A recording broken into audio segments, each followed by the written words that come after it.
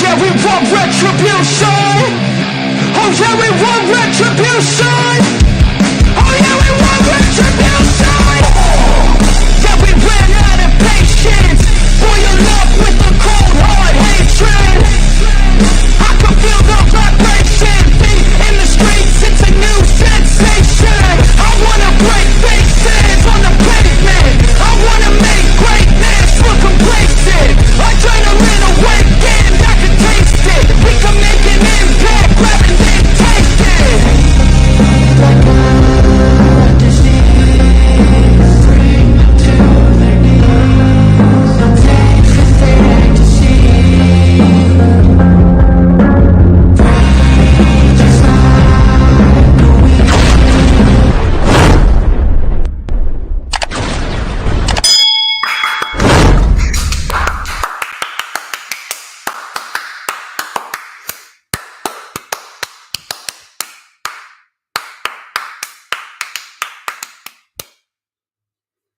Holy shit, it is hot outside. It's hot outside today, people.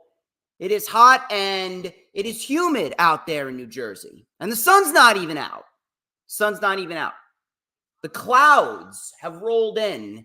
Hopefully it should rain and possibly cool things up a little bit. But I'll tell you what, no matter how hot it is outside, it is even hotter here inside behind this beautiful granite bar setup with a wine rack in the back right there, even though I don't drink, but look at how fucking great that looks. And it's clear as day that people are filing in and everyone knows what time it is, judging by the clock and judging by the calendar. Everyone knows that it's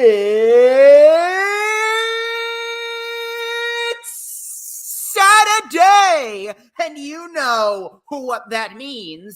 We're live, ladies and gentlemen. I am the one and only DJ Storms, and I would like to welcome each and every single one of you to the greatest fucking show on earth, as we are streaming live on 4 different platforms across 4 different accounts. As many of you already know who I am, Mr. Controversy, and the operator of the best damn X, formerly known as Twitter, handle known.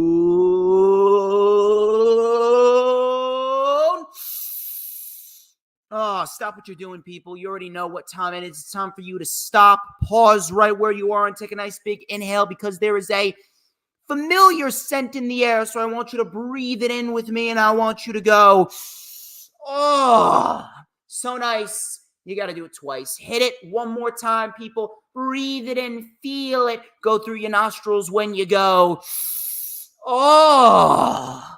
Got to hit the hat trick. Hit that hat trick, people. You did it once. You did it twice. Give it to me a third time. I want you to go, oh,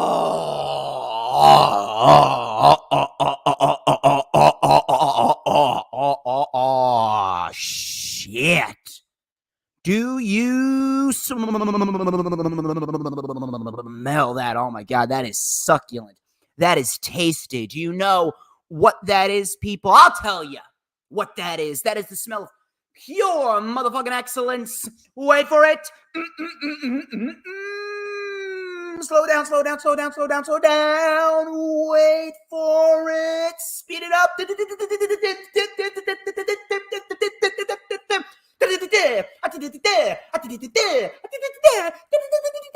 down. Speed it up.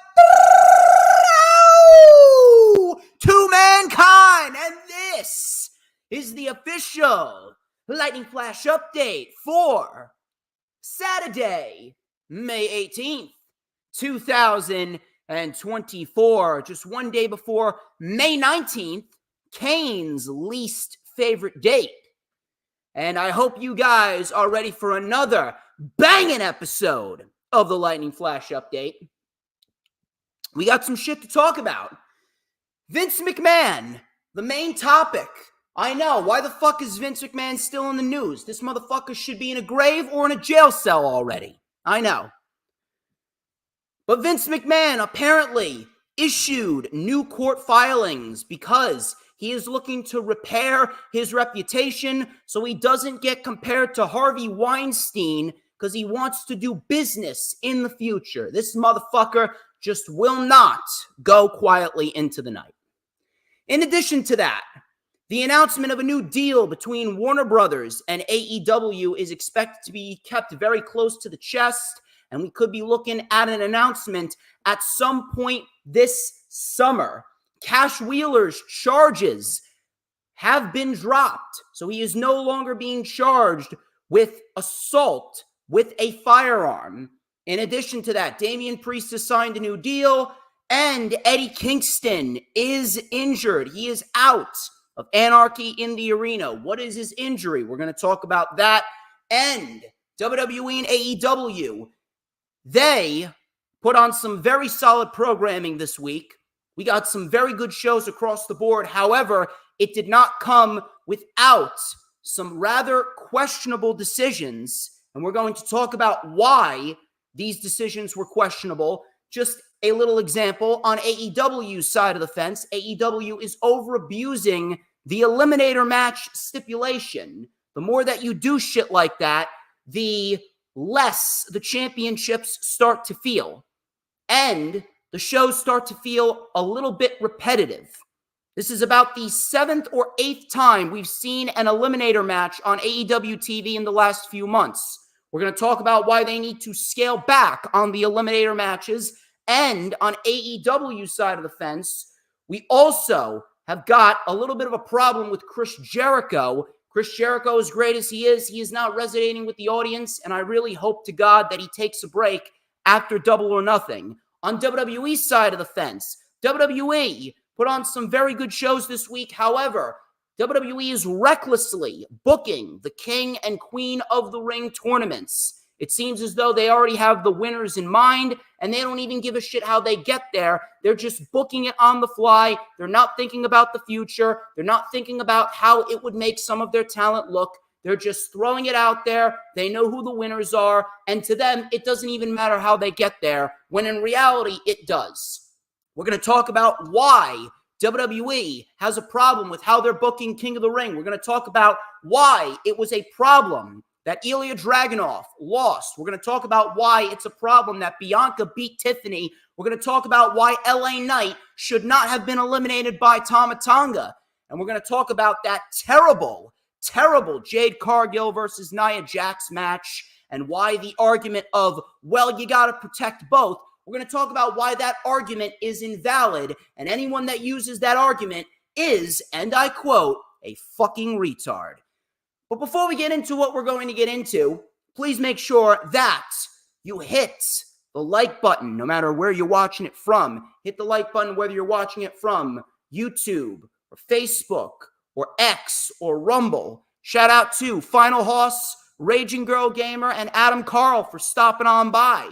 We're going to have a good time. We are going to have a very good time. We got plenty of topics to talk about. Please hit the like button no matter where you're watching it from, and share the stream out on all platforms of social media, whether it be X, Instagram, Facebook, Pinterest, Tumblr, Snapchat, TikTok, Twitch, Rumble, no matter where you're watching it from, because we want to get as many people in here as possible. Everyone needs a dosage of DJ Shizzle Dizzle, because it is a known fact that I make people's lives better. I didn't make the rules. Yes, I did. In addition to that, if you're not following me on social media, please make sure you follow me on social media at History Maker DJS. One more time, at History Maker DJS on both X and Instagram. You can also add me on my personal Facebook as well. For collaborations and business inquiries, please send me an email. My email is, of course, StormsTakeOver@gmail.com. Like the official DJ Storms business page, and I may just send you an invite to join the official DJ Storms Posse group on Facebook. That is, all those links are in the description. You can also check me out on Rumble. We're looking to be the #1 wrestling content creator over on Rumble. We're looking to take over a whole new world, and we're going to continue to push that narrative. And in addition to that, you already know what to do. Now that I'm monetized, hit the super chats, hit the super thanks, hit the super stickers, and become a member of the channel like Miss Raging Girl Gamer over here, and you will get a full-on exclusive experience to the DJ fucking Storms brand. It is the best brand to be a part of. It is the best channel membership that you will ever buy in your history of using YouTube. In addition to that, please make sure that you hit the subscribe button no matter where you're watching from. Be sure to hit that subscribe button and hit that notifications bell with a huge coup de grace, because that way you are going to know whenever I pop up on YouTube. Because whenever I pop up on YouTube, oh, you already know, motherfucker, it is the best time to be on YouTube, because it's the only time that you are going to get to see this glorious sideburn chin strap combination and this beautiful mustache right here. You already know what time it is. Look at this shit. This beautifully crafted switchblade comb, the official DJ Storm switchblade comb. I know Raging Girl Gamer has her switchblade comb. Rage, you can do it with me now. You can do it with me now. So please flick it open and light it up with me. Give me a little and a dash of and a whole lot of because like hot, fresh hash browns, some fried eggs, and some French bread toasted, heavily toasted. I like my toast heavily toasted with the butter melted. You already know that I am so good. Oh my God, I am succulent. I am absolutely scrumptious. The tastiest snack in the entire IWC. And it is a known fact that everyone wants a piece of Storm's Mice. So look how great this fucking pompadour looks. Seriously. Look at how fucking slick. Look at how fucking immaculate that pompadour looks. Anyway. Enough of the self-brand promotion, the advertisements. We're going to get straight into the festivities here. We have a lot to talk about. Why don't we talk about Mr. Damian Priest? He just inked a new WWE deal, and his WWE deal actually came down to the wire. Priest had his previous deal expiring just days before he signed a new contract with the company. Now, is that really a smart business practice? No, it's not. Not really a very smart business practice, because you're running the risk of someone potentially deciding not to resign. But with Damian Priest, they could afford that luxury. They could play with fire a little bit with Damian Priest, because Damian Priest, he's in the midst of his first World Heavyweight Championship title reign. Why would Damian Priest not resign with the WWE when he just had a great WrestleMania moment? He only became the second man in history. The second man in history to cash in a Money in the Bank contract at WrestleMania and walk out a world champion. So they could afford coming down to the wire with Damian Priest, because Damian Priest, he wasn't going anywhere. Why would he go anywhere when he's the World Heavyweight Champion? Now, for how long, I don't know. How long, I don't know, because apparently there's rumors swirling around that we could be looking down the barrel of Damian Priest versus Drew McIntyre at Clash at the Castle for the World Heavyweight Championship. Now, personally, I don't know about that. I'm not sure how they're going to play that out, because if you ask me, the best possible match for Drew McIntyre and the best possible match overall would be a match with CM Punk. I mean, if you want to recreate the dynamic that you saw at Money in the Bank 2011, but with CM Punk being the outsider this time, I mean, there's no better time to do it than right now. That could very well be the best match in terms of a crowd reaction that we've seen in God knows how many years. Just imagine that. I think CM Punk versus Drew McIntyre at Clash at the Castle would work out a hell of a lot better than Drew McIntyre and Damian Priest, because that seems a little bit too predictable. Plus, Damian Priest is very good at what he does, and he deserves a lot more than just being a transitional champion for Drew McIntyre. But Damian Priest, he resigned with the WWE to the surprise of absolutely nobody. Steve Rubin. Who is Steve Rubin? I'll tell you who Steve Rubin is. Steve Rubin, he was, keyword was, the senior director of TV event relations in the WWE, Fightful confirmed that Steve Rubin is now gone from the company. He had worked with the WWE for a full 26 years of his professional career before ultimately getting fired, I'm assuming.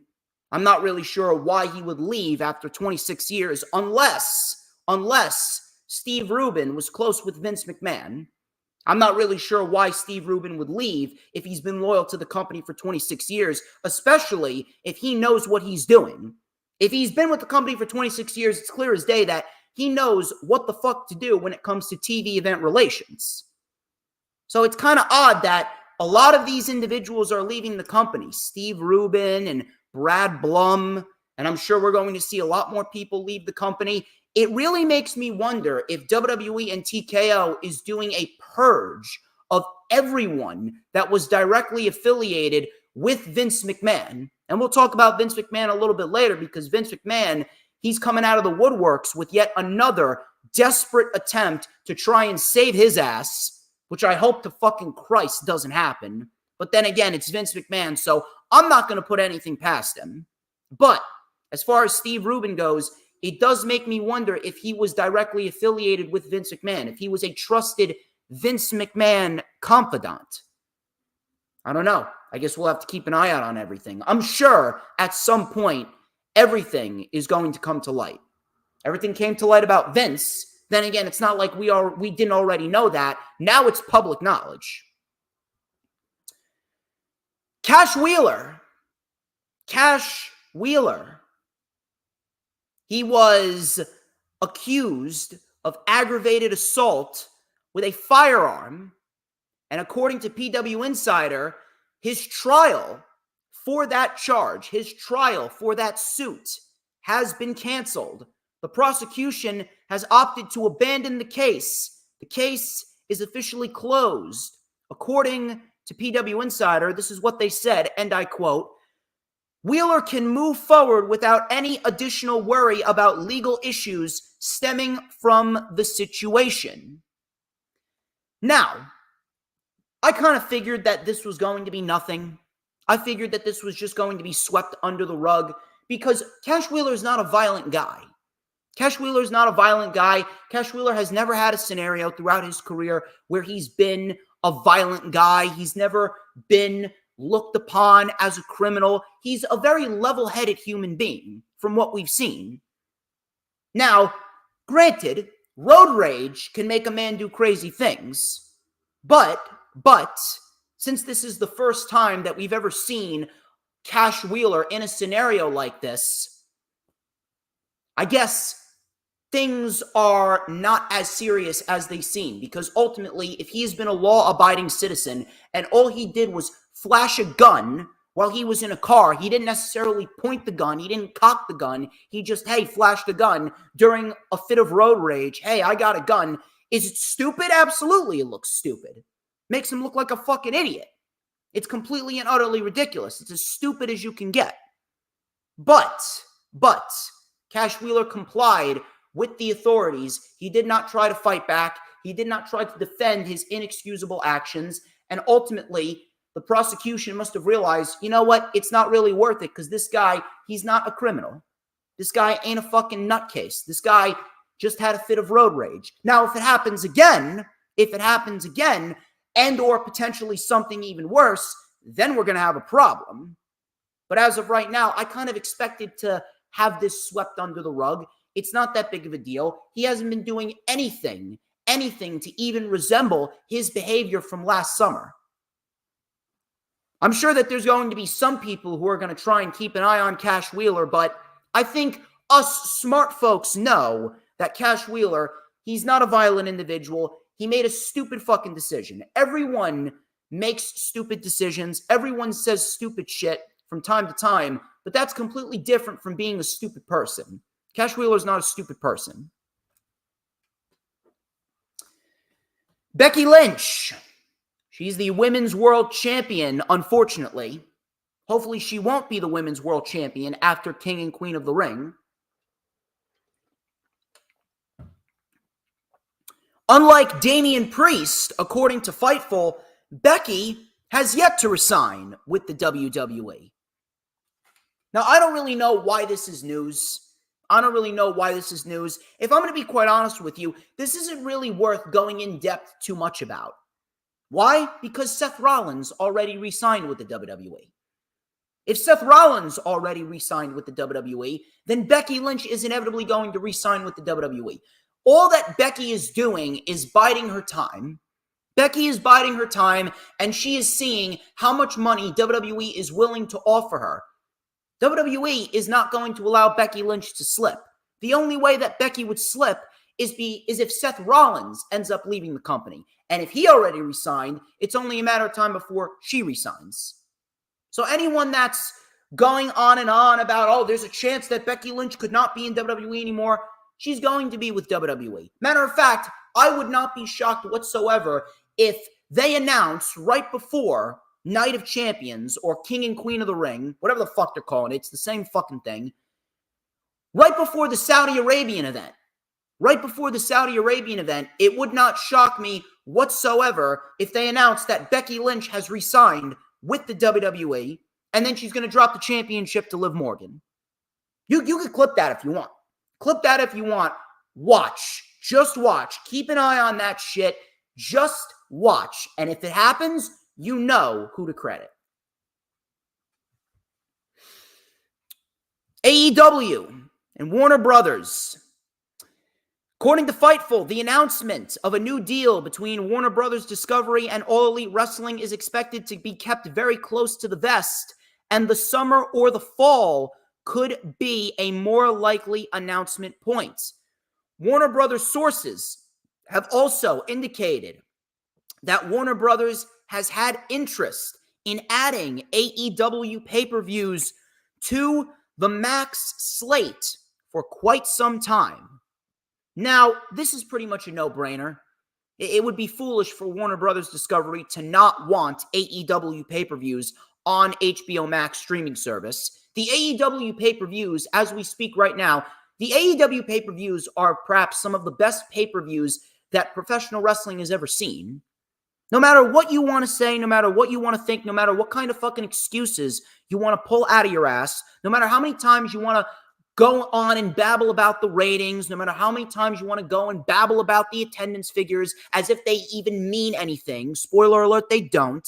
AEW pay-per-views are the best wrestling shows that we've seen in the modern day wrestling period. NXT Black and Gold takeovers, those were the only things that ended up topping what AEW pay-per-views are doing right now. There's not many pay-per-views, there's not many wrestling shows that can be looked at as upper echelon, A-plus type shit. AEW pay-per-views are the upper echelon. AEW pay-per-views are where you go to watch the absolute best wrestling matches that you could possibly find.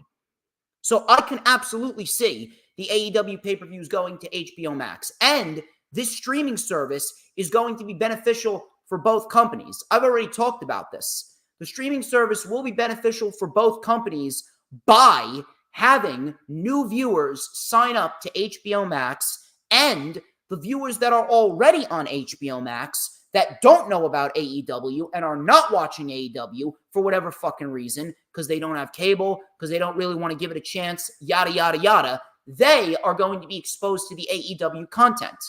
Plus, Andrew Zarian, I'm going to add Andrew Zarian's previous report on top of this Fightful report. Andrew Zarian did mention that there could be a good chance we could see a cable streaming hybrid for AEW and Warner Brothers Discovery.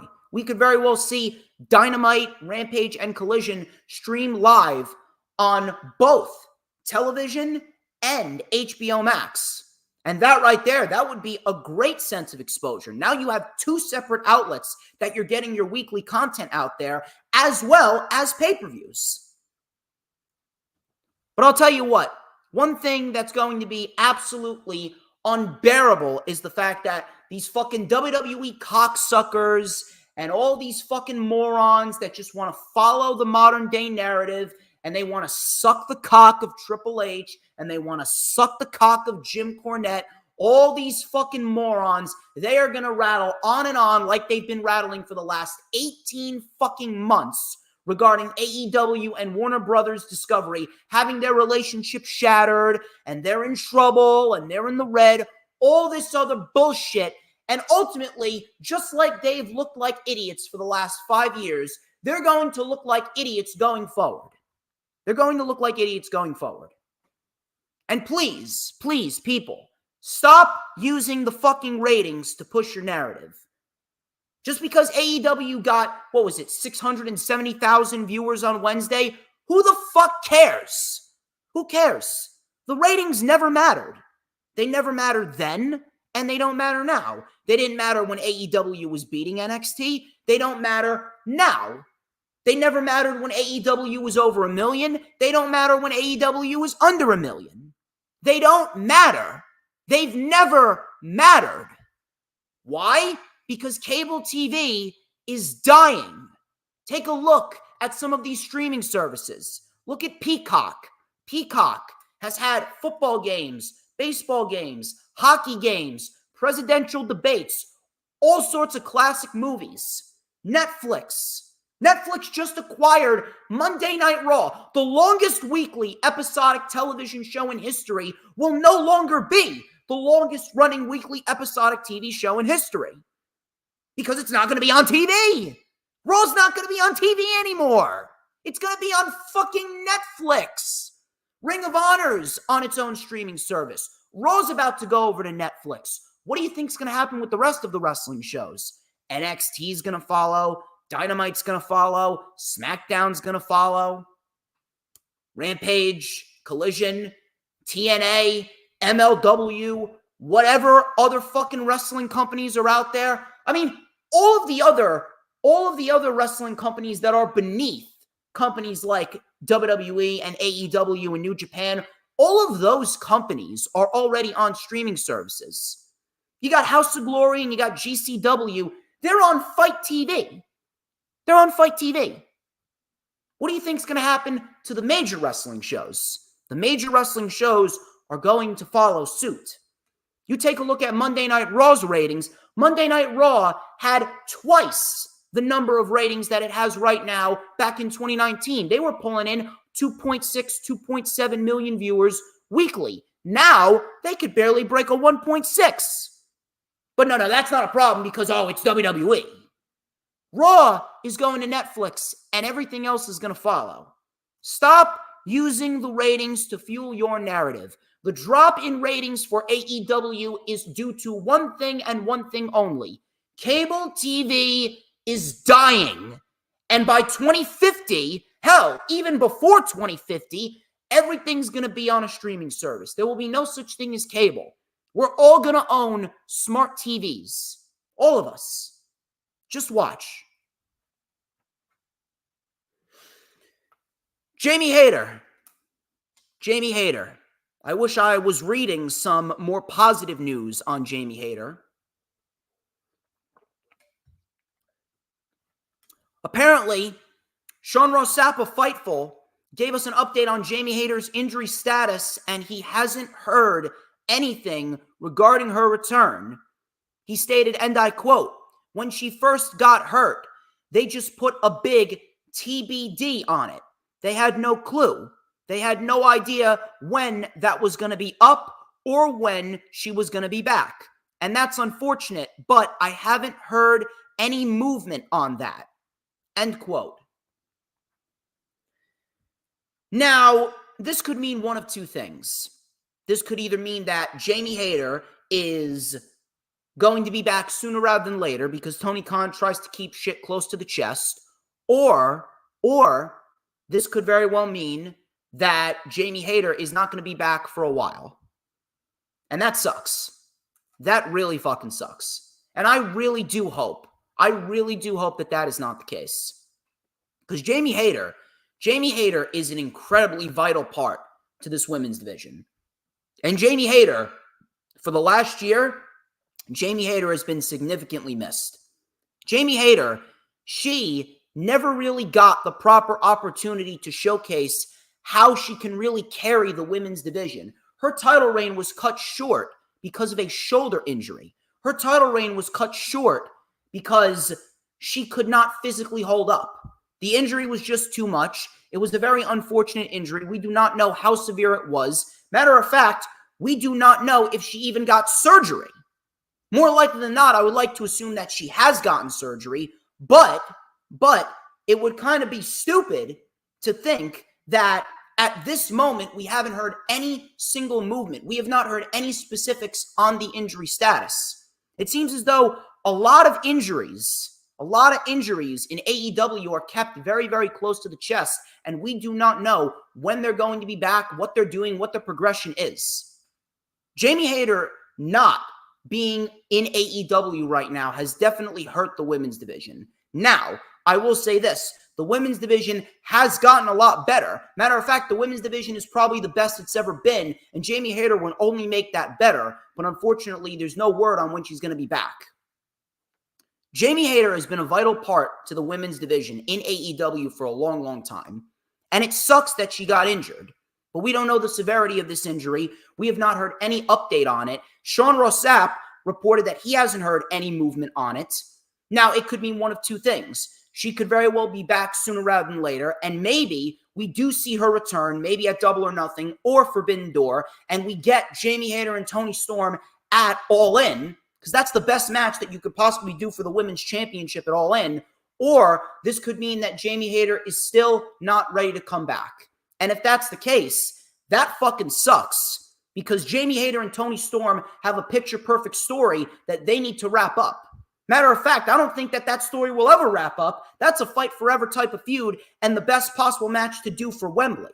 But the fact that we've heard no movement on Jamie Hayter's injury status progression, that shit right there is a little concerning.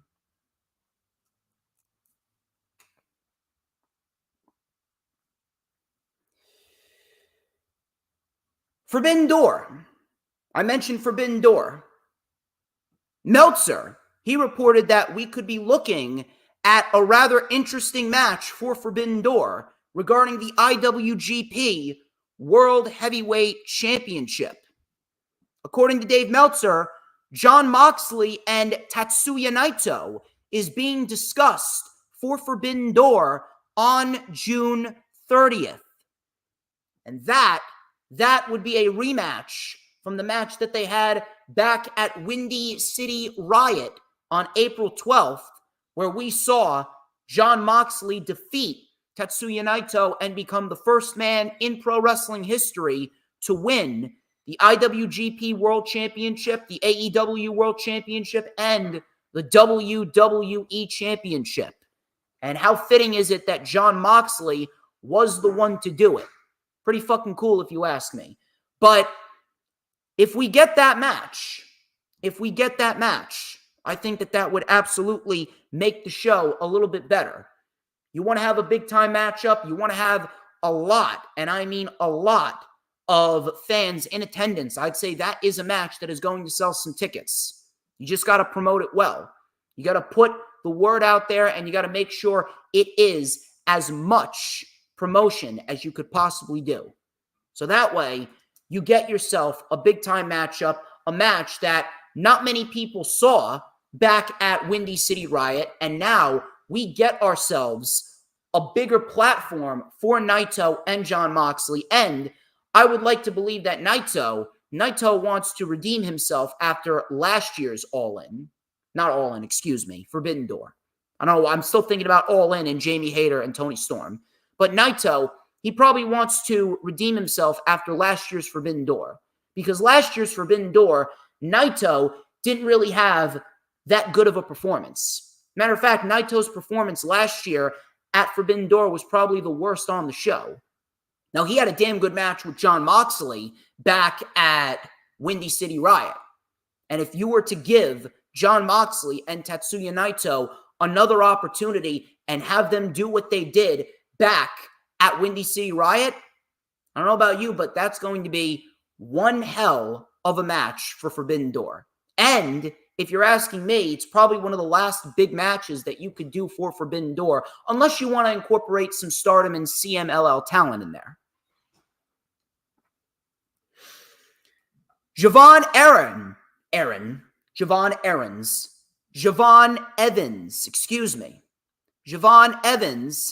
he is NXT's hottest young prospect. He is essentially Wesley 2.0. Fightful Select has reported that NXT officials are holding Javon Evans in high esteem. They have a lot of faith in him that he could be NXT's next breakout star. I've seen what he can do, and I think he does have some potential. I do believe that if he is portrayed in the right manner, he could very well be taken to the next level. It's all about how they portray him. It's all about how they produce his character, how they produce his matches, how they produce his presentation going forward. I do believe that he has potential. But then again, you take a look at God knows how many NXT talent, even in this new era, even under the Triple H administration, you take a look at a guy like Cameron Grimes. For all intents and purposes, Cameron Grimes should have been at least a U.S. or an Intercontinental champion, and look at what happened to him. So I don't know. It's become very, very, very hard for me to have faith in anything that anyone does, because if it's not piss poor creative, it's the fact that you got an overbloated roster and you're not structuring your show correctly. Natalya, according to Sean Ross Sapp and Fightful, they came out of the woodworks with report after report this week. According to Sean Ross Sapp, Natalya's WWE deal is set to expire in the next couple of weeks. Again, same thing to Becky Lynch. Where is she going? You think she's going anywhere but WWE? No. She's going to stay in WWE no matter what, because Natalya is a loyal soldier. So essentially, whatever report that came out regarding Natalya, completely irrelevant. She will remain with WWE. Ivar. Another unfortunate injury. WrestlingNews.co reported that Ivar was legitimately injured during the backstage attack by Gallus this past Tuesday on NXT. And Ivar indeed does need surgery. He even came out on X himself and said that he is indeed injured. It is a serious injury. I don't know what the fuck is going on. I'm telling you, I do not know what the fuck is going on. I do not know why this is happening, but someone must have fucking pissed off the wrestling gods. Someone pissed off the wrestling gods. You got Ivar out, Jamie Hayter, Britt Baker, MJF, Adam Cole, Seth Rollins, Bobby Lashley, Charlotte Flair, Shotzi, Drew McIntyre, Powerhouse Hobbs, Nikita Lyons, Cora Jade, Eddie Kingston. He's actually currently out right now with a broken leg. He's out with a broken leg after that nasty fucking suplex that he took back at New Japan Pro Wrestling Resurgence against Gabe Kidd. I mean, holy shit. You could legitimately build your own promotion with all of the people that are currently out injured right now. Who the fuck pissed off the wrestling gods? It's astonishing. It really is. It's astonishing, and it really makes me question, why is this happening now? Because if we're going to be quite honest with you, the shows right now with WWE and AEW, the shows would be a lot better if they had a full-blown roster with no major injuries. Kenny Omega's out with diverticulitis as well. Wheeler Yuta's out. Just a couple more individuals. I don't know what the fuck is going on, but the injury bug, man, the injury bug is a nasty motherfucker. And I'm going to continue to say it. The injury bug is a nasty motherfucker.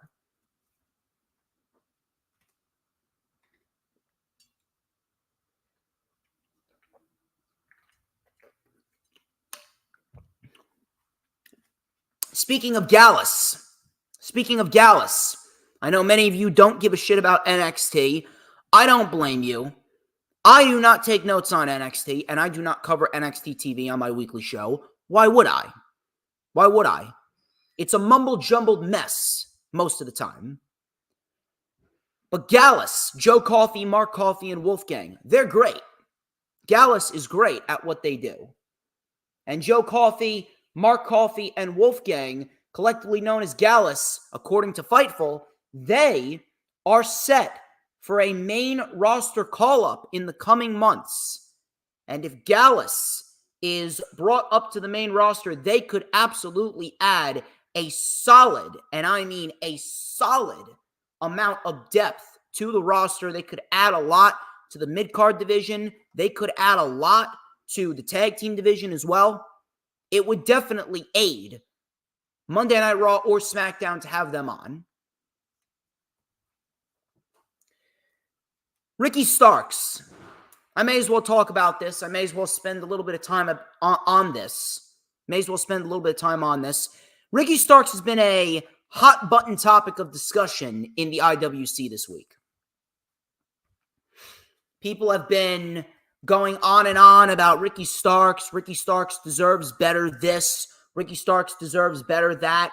Ricky Starks has gotten too big for himself. Ricky Starks is not loyal. Ricky Starks, he should have just gone to WWE. Ricky Starks doesn't know whether he wants to be Cody's friend or if he wants to be AEW's loyal confidant.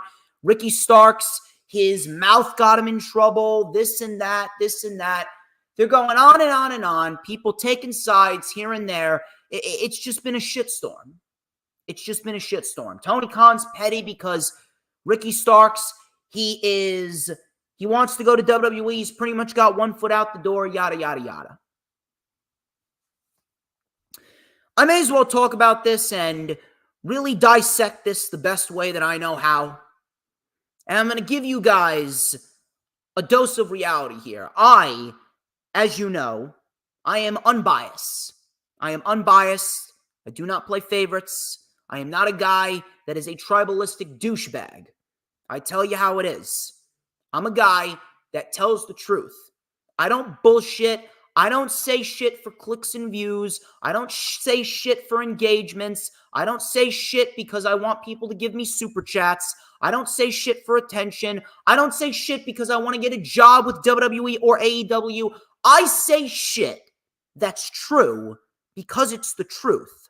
That's what differentiates me from everyone else. Everyone else has a narrative. Everyone else is out to make money. Everyone else is merely out to get clicks and engagements, to sound cool, to get a job with whatever fucking wrestling promotion that they can try and get. I am not here for that. I am here to speak facts. That's what differentiates me from everyone else. Everyone else shares their opinion. I spit the facts. Ricky Starks has always been great at what he does. Ricky Starks has always been a guy that could have easily broken through and become a world champion in AEW. Why is he not on TV right now? Ricky Starks came out in an interview and asked, well, I don't know why I'm not on TV right now. I'm not injured. What's going on with Ricky Starks? Does he deserve better? Absolutely he does. What's going on with Ricky Starks? It is the fault of two people. Tony Khan and Ricky Starks himself. Both parties are to blame. Well, why are both parties to blame? It's quite simple. I'll start with Tony Khan. And I have said this numerous amounts of times. This is nothing new. This is nothing that you haven't already heard me say before. Tony Khan, he knows how to put on a good show. He knows how to book a wrestling show, and he's given us great shows. Sometimes we have lackluster shows. Sometimes he does not know what he's doing when it comes to certain shows, and then other weeks he gets the shows back on track. He's been rather 50-50 this year. Now, this month has been a very good month. This month has been a very good month for AEW, as it has been for WWE. But Tony Khan, one of Tony Khan's biggest problems has always been the structuring of his shows. You see, I talked about this back then. Back then, when AEW first started, the roster was not as bloated. The roster was not as big as it is right now.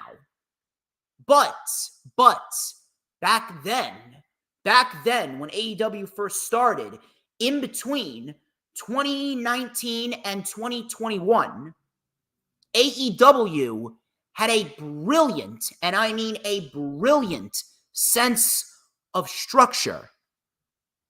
AEW, back during that time, was making more with less. They were making more with less. And then as more and more people started to come in, Tony Khan became more and more disorganized because he can't keep track of everything. And this goes back to what I've said regarding Tony Khan doing too much on his own. When you do too much on your own, you're ultimately going to be swamped. And when you're swamped, shit is going to fly right over your head. And you're going to forget about certain things that should be a priority for you.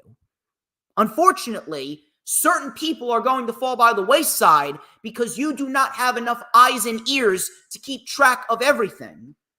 And this comes into play when I say Tony Khan, he's got way too much pride. He's got way too much pride to a point where he will constantly want to have his hands on everything instead of being the overseer, instead of hiring some more people to help him, and then he can oversee what they're doing. In comes Ricky Starks, and Ricky Starks comes in. He's not on TV because Tony Khan, he does not know how to keep track of everything, and he physically can't keep track of everything. There are too many people contracted under the AEW/Ring of Honor brand to keep track of if you're one person. Now, let us not act like Tony Khan has not put any effort into Ricky Starks. See, that's where a lot of people are mistaken. A lot of people are saying Ricky Starks deserves better. Ricky Starks deserves better. Does he deserve better? Yeah, you could say that he deserves better. That could be the case for 99.9% of professional wrestlers nowadays. There are not many people in pro wrestling nowadays that are being booked perfectly. There's not many people that are booked perfectly in pro wrestling. Gunther, he's booked perfectly. Drew McIntyre right now, he's booked perfectly. Will Ospreay, he's being booked perfectly. Kazuchika Okada, he's being booked perfectly. Bryan Danielson, booked perfectly. On WWE's side of the fence, you got God knows how many other people. There's very few people in pro wrestling right now that are being booked absolutely perfectly. So yes, you could say that Ricky Starks deserves better. However, let's not act like Tony Khan has not given Ricky Starks anything. Because if you paid attention, last year, Tony Khan booked Ricky Starks very well. Last year was probably Ricky Starks' best career year. Last year, 2023, was a fantastic year for Ricky Starks. Matter of fact, if we're going to be quite honest with everyone here, out of the 4 members of Team Taz, Hook, Brian Cage, Powerhouse Hobbs, it was Ricky Starks that he went on to accomplish the most. Ricky Starks went on to accomplish the most out of anyone in Team Taz. He won a world title eliminator match. He was MJF's first world championship title defense. MJF was the best world champion that AEW's ever had. And Ricky Starks was the first man out of everyone on that roster. It was Ricky Starks that was chosen to be the first title defense for MJF. The first title defense.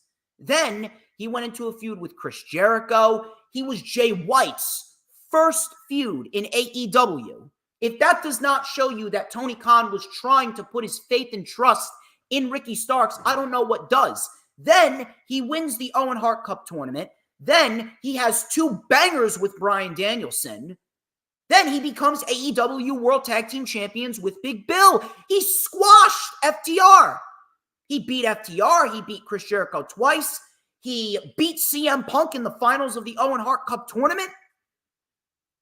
I mean, if you're going to sit there and tell me that Tony Khan did not give a lot to Ricky Starks, clear as day, you're a fucking idiot. Now, could he have been booked better as AEW World Tag Team Champions going into this year? Sure. But, however, Tony Khan, although he doesn't know how to keep track of a bloated roster and he needs help creatively, that doesn't excuse the fact that Ricky Starks was given a lot last year, but yet Ricky Starks still comes off as ungrateful. Ricky Starks, you can sense in his interviews, Ricky Starks has a bit of an attitude to him. You could sense in his interviews that Ricky Starks has a bit of an ego to him. Listen, there's nothing wrong with having an ego. I got a fucking ego. I got a massive fucking ego. But when it comes down to it, if I'm employed by anyone, I'm not going to act like a fucking douchebag. I'm not going to take subtle shots. I'm not going to make it seem like I don't want to be here. I'm not going to rattle my mouth and try and antagonize the people who are my employers. I'm not going to do that. I have a job outside of this. I have a job outside of this as an accountant. You know what I do? I go to work, clock in, I sit down, I do my job, I keep my mouth shut, and guess what? Guess what my employer does? My employer offers me great advice. My employer takes care of me. My employer, he gives me money. My employer gives me money for the great jobs that I do. I am put in front of a task, and I do it to the best of my abilities.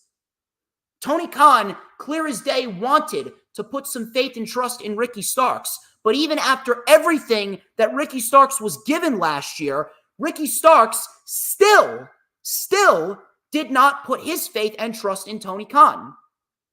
So could Ricky Starks have been booked better? Sure. Everyone could be booked better. But at the same point in time, after everything that he was given, and yet he still did not put his trust in Tony Khan, and he still doesn't have a sense of patience. Ricky Starks essentially has one foot out the door. Why is he not on TV? Tony Khan gave him a lot last year. Ricky Starks clearly did not reciprocate to what he was given last year, and he didn't want to play ball. He could have been a bigger star this year than he was last year if he just played ball, but he didn't want to do that. He didn't want to do that, and I do believe that his ego is getting in the way of his career. Now, here's the question that I'm going to ask. Here's the question that I want to ask. If Ricky Starks leaves AEW, and he goes to WWE, is he going to be happy with what he's given? Because I want to let everyone know this right now. If Ricky Starks goes to WWE, Ricky Starks is not going to be put in any major programs right out of the gate. He's not. If Ricky Starks goes to WWE, at this very moment, Ricky Starks is going to be sent to NXT. Is he going to be happy with that? There's no place for him on the main roster right now. There's none. There is no placement. You take a look at the landscape of the WWE main roster, and no one can tell me that there is a place for Ricky Starks. There is none. If anything, he would just want to be on the main roster because Cody Rhodes is there. Is he going to be happy with going to NXT to start? Because that's where they're going to put him. And when he does get called up to the main roster, there's no guarantee that they're going to book him right. Look at the talent that they have right now. Look at the talent that they have right now on the main roster. Look at what they're doing to some of the talent. Ilya Dragunov just lost to Jey Uso. Candice LeRae is a jobber. DIY is a non-factor. New Catch Republic is directionless. Dragon Lee is directionless. LA Knight has been doing nothing but losing big matches all year. What makes you think that Ricky Starks is going to favor any better than all those names that I just named? Because if we're going to be quite honest here, those individuals that I just laid out for you, all of those individuals could end up being considered better than Ricky Starks. All of those individuals are arguably better than Ricky Starks in some way, shape, or form. What do you think's going to happen to Ricky Starks if those guys can't even get the proper booking? Look at what happened to Lexis King. Lexis King came to NXT. Lexis King has been signed with the WWE since September. Same thing with Jade Cargill. Jade Cargill and Lexis King, they are coming up on 1 year signed with the WWE. They both signed with WWE back in September. And what the fuck has WWE done with them? Nothing. Now, granted, it's still early for Jade Cargill. But whatever the fuck we got last night didn't help at all. Whatever the fuck we got last night made Cargill look like a fucking idiot. Jade Cargill and Lexis King, they came to WWE seeking greener pastures, and they still have not looked good. Matter of fact, Jade Cargill, she has not wrestled a match that even came close to her last match in AEW. Her last match in AEW was a match on Rampage against Chris Statlander. That was a damn good match. And no match that she's had in WWE has even come close to being as good as that match. What does that tell you? Lexis King is a fucking jobber. He has not even been given the proper opportunity to showcase what he can do.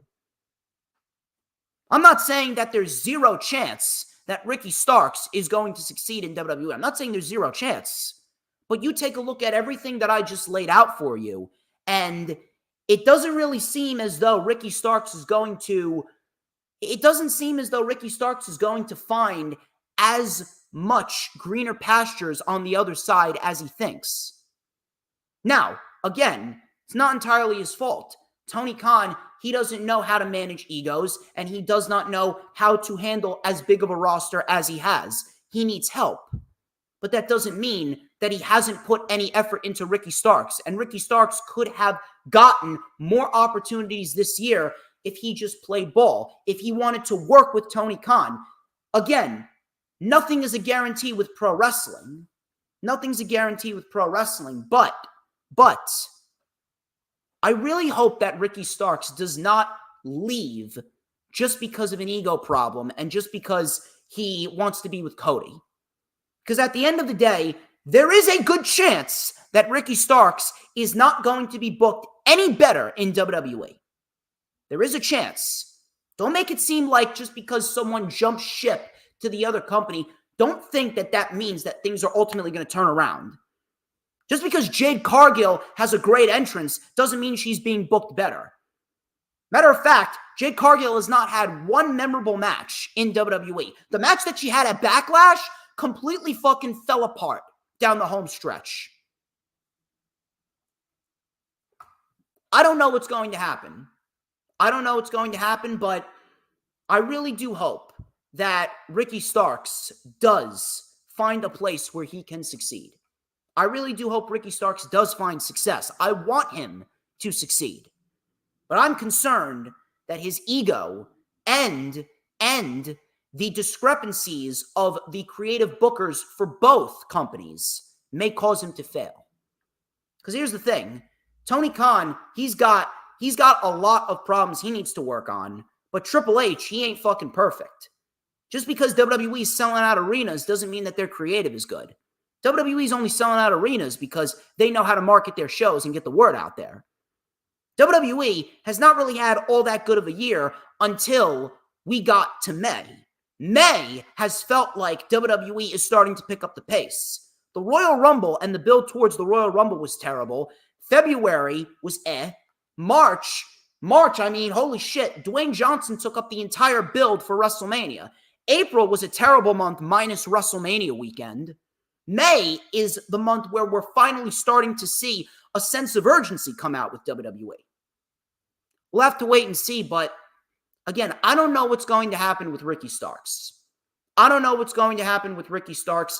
only hope that he does not get too big of a head for his own good.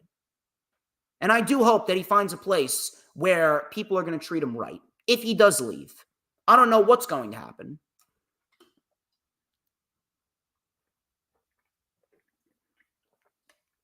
Vince McMahon.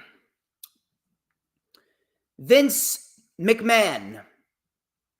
Apparently, according to Wrestling Observer Radio, Vince McMahon's new court filings are a part of a new strategy to help repair his reputation and avoid comparisons to Harvey Weinstein. Meltzer stated, and I quote, "They need to rehabilitate his image enough to where he can do business as a businessman because that's what he wants to do. Whether it's wrestling, which apparently, from what I'm told, it's not wrestling, but he absolutely wants to do this. He wants to not have this name. He doesn't want to be Harvey Weinstein. The only way he can do that is to basically make it look like and portray it as this crazy lying woman, and I absolutely had an affair with her, but all that stuff she said, every single bit of it is not true except for the text messages. The reason you say that is you can't argue the text messages," end quote. That's what Dave Meltzer said. At this rate, just when you think Vince McMahon cannot sink any lower, he just sinks lower and lower and lower. So much so that John Laurinaitis has now partnered up with Vince McMahon, and WWE is now filing a countersuit. WWE is now denying the accusations by Janelle Grant. How does that make WWE look? And this is what I talked about last week. The culture, the backstage culture in WWE has not changed. The backstage culture in WWE has not changed one bit. Vince McMahon, he just cannot fucking let shit go. And it honestly makes me worrisome that he could get out of this.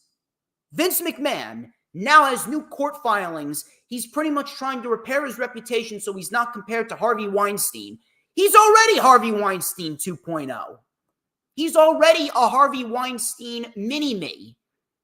At this point, Vince McMahon is just reaching for any single rope that he could grab onto, any single vine he can grab onto to pull himself out of this quicksand.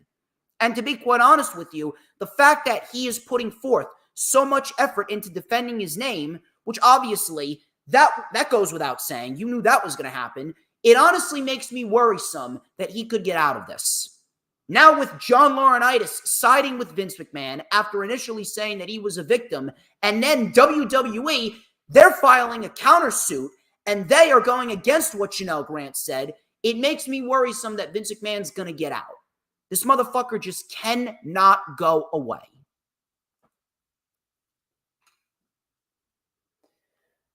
Those are all your news, rumors, and reports that I got for you. I hope that you guys are having a good time so far. We are going to discuss 3 major weekly shows. We got ourselves Raw, we got Dynamite, and we got ourselves SmackDown.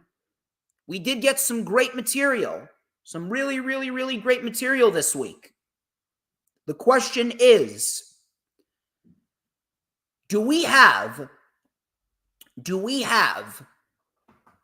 a problem with overall creative writing? Because this week in wrestling, even though we had some very good shows, both companies have a problem.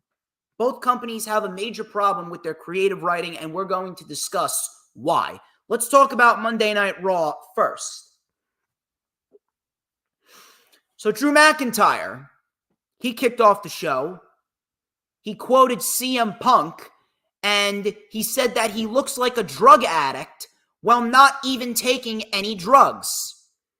Drew McIntyre then said, "You keep talking about me behind my back, and you people keep on taking him back like an abusive relationship. If you're a CM Punk fan, you're stupid." I mean, Drew McIntyre makes some compelling arguments, I will admit that. Drew McIntyre then called CM Punk a coward because he's running away from him. He then called Damian Priest a paper champion. He comes out, does Priest himself. Priest came out, Priest just acting very confident after his victory over Jey Uso at Backlash. Priest then says, Drew, if he's got something to say, Drew should say what he needs to say to his face. So Drew then says Priest has an inspirational story, but that doesn't mean he deserves to be a champion. The world title needs Drew McIntyre. And then Drew McIntyre said, you couldn't beat me one-on-one. Priest then says, you know, Drew, you chose to be a WWE superstar. So what do you think was going to happen? Priest then said, you choose to find a mirror, look at that reflection, and then blame that asshole. Because here's the thing. You stopped me from cashing in numerous amounts of times. That's your fault. You achieved your goal, and all you had to do was leave. All you had to do was walk away. You saw CM Punk, and you made Punk more important than your world title victory, and you made Punk more important than your wife. You got your ass whooped by a one-armed man. If you want a shot at the world title, you got it. But when I'm done with you, you won't be calling me a paper champion anymore. And you can all rise to that. Now, this promo was much better than the promo that we got with Damian Priest and Jey Uso a couple weeks ago. I don't know what the fuck happened, but WWE clearly saw what happened with Damian Priest, and they worked to correct it.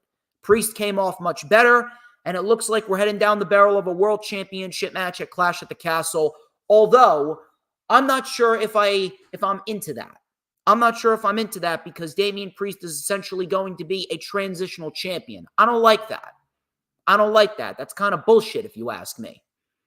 Now, the question is, if Drew McIntyre wins the World Heavyweight Championship, what's going to happen going into Money in the Bank? And SummerSlam as well. Are we going to get Punk versus Drew at SummerSlam? What about King of the Ring? If Gunther wins King of the Ring, which he should, then realistically speaking, he should be the number one contender for the World Heavyweight Championship. And if he's not, then he should at least win Money in the Bank. And if Gunther wins Money in the Bank, what do you think's going to happen after that? Gunther is going to cash in on the World Heavyweight Champion. Are you going to give Drew McIntyre a 2-month reign and have Drew lose the title at SummerSlam? You're going to have Drew McIntyre lose the title at SummerSlam just 2 months after winning it if he wins it at Clash at the Castle? Or is Gunther going to go for Cody Rhodes? Is Gunther going to go after Cody Rhodes and the undisputed WWE Championship? I don't know. There's numerous amounts of ways that they can go. If you're asking me, Drew McIntyre and CM Punk is still the best route to go for Clash at the Castle. You want to make Clash at the Castle feel important? That's how you make it feel important. Io Sky and Shayna Baszler, Queen of the Ring quarterfinals match. This was a very good match and easily Shayna Baszler's best match in a long time. And that just goes to show you how good Io Sky is. And above all else, now I'm starting to feel just a little bit. It's not entirely there, but there's a little bit of the feeling. I'm starting to feel that the WWE is starting to put a little bit more effort into its women's division. Because normally, we wouldn't see a match between two women like Io and Shayna get a decent amount of time like it did. How long did it go? Like 12, 13 minutes? And the crowd was very, very well receptive to it. This was a very good match. Shayna Baszler looked great. And Io Sky ended up getting the win. Io Sky gets the win with a beautiful moonsault. And Io Sky brings Shayna Baszler to her best match in a long time. Io Sky, if you're asking me, Io Sky is your Queen of the Ring. There is no better woman to win it than Io Sky. Kofi Kingston and Gunther, King of the Ring quarterfinals match. This was a great match, as matches with Gunther usually are. Most of the time, a match with Gunther usually means that you're about to get a fucking banger. And that's exactly what we got. Kofi Kingston, he took on a little bit more of a serious attitude, which I'm very, very appreciative of. No flipping pancakes, no skip clapping. Kofi Kingston was full-fledged and focused. He was out there to win the tournament for Xavier Woods. Kofi Kingston looked great doing so. And Gunther, he did not win with a powerbomb. Instead, he won with the Boston Crab. He beat Kofi Kingston with the Boston Crab, wrenched back, and Kofi ended up tapping out to the Boston Crab. Gunther looked like an absolute fucking beast. And Gunther is your king of the ring. There's no one better. No one, and I mean no one, should be your king of the ring other than Gunther. Bronson Reed, he took on Akira Tozawa. Really a nothing match right here. This was merely done to make Bronson Reed look strong because Bronson Reed, he's got himself a major match at King and Queen of the Ring against Gable and Sammy in a triple threat match. Adam Pearce. Adam Pearce was backstage. He ran into Braun Breaker. Braun Breaker was actually pissed that he didn't get put in the King of the Ring tournament. Pearce was shocked at Braun Breaker's attitude. And apparently they're making Braun Breaker a little bit more of a snarky heel. He wants more opportunities. Maybe we could see the more vicious side of Braun Breaker come out. Maybe we could see a Braun Breaker that's going to end up beating the shit out of everyone. Let me tell you something. A Braun Breaker that's going to beat the shit out of anyone, that's a great Braun Breaker. Braun Breaker that's just going to come out there and cut people in half with a fucking spear, that's a good Braun Breaker to me.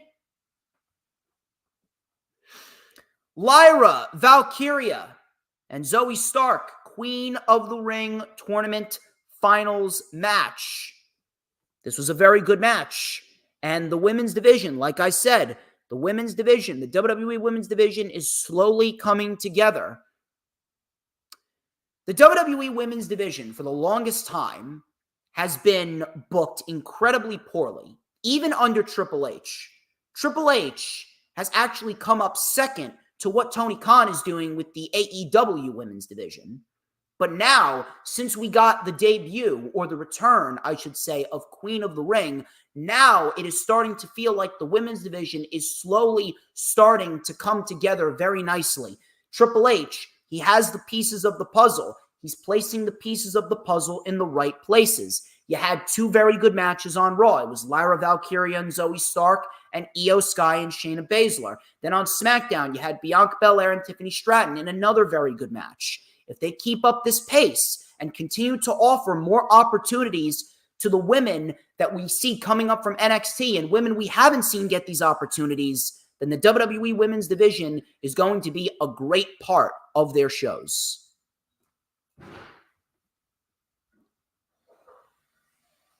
Lyra Valkyria, she ended up advancing in a very good match. She ended up advancing with the Nightwing. Now, one thing I will say is they really need to get Lyra a new finisher. I would much rather her win a match with a frog splash. It makes a little bit more sense because you want to talk about a Valkyrie that flies through the air. Why don't you have her do that instead of a Samoan driver? We already have someone in pro wrestling that does a Samoan driver. Her name is Mariah May, and she has a little bit more oomph on it. If Lyra's going to do the Samoan driver, put a little bit more zang on it, if you know what I mean.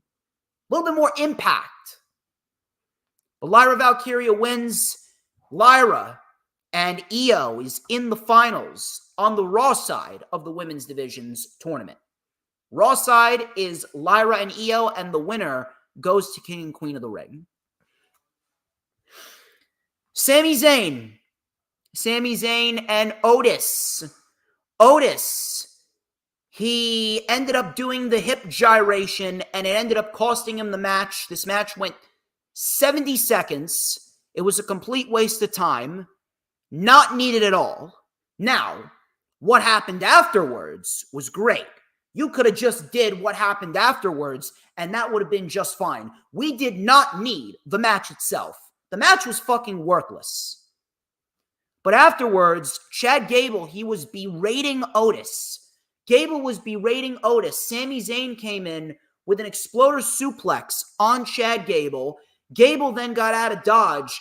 Gable was talking to Otis. He was getting in Otis's face. He screamed at Otis, "This is all your fault." And then he fucking slaps Otis across the face. He slaps Otis across the face. The crowd is just booing the shit out of Gable, and Otis looks like he was about to cry. That was fucking great. That was brilliant shit. And you know what? When Otis turns on Chad Gable, the pop is going to be major. This is what Chad Gable does so well. Chad Gable is so versatile. He can make anything feel more important than it is. Gable is one of those individuals. Gable is one of those individuals that is going to make the best out of anything that he is given. Gable slapping the shit out of Otis and berating him, that's what's going to make him a better heel. That was some good shit right there.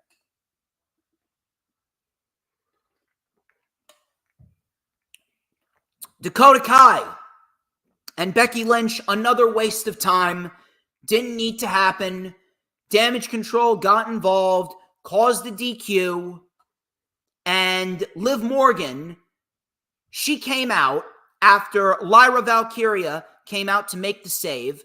Lyra ran off, and she took out Damage Control. Her and Becky stood tall, and then Morgan came out of nowhere and sent Becky Lynch into the steel post.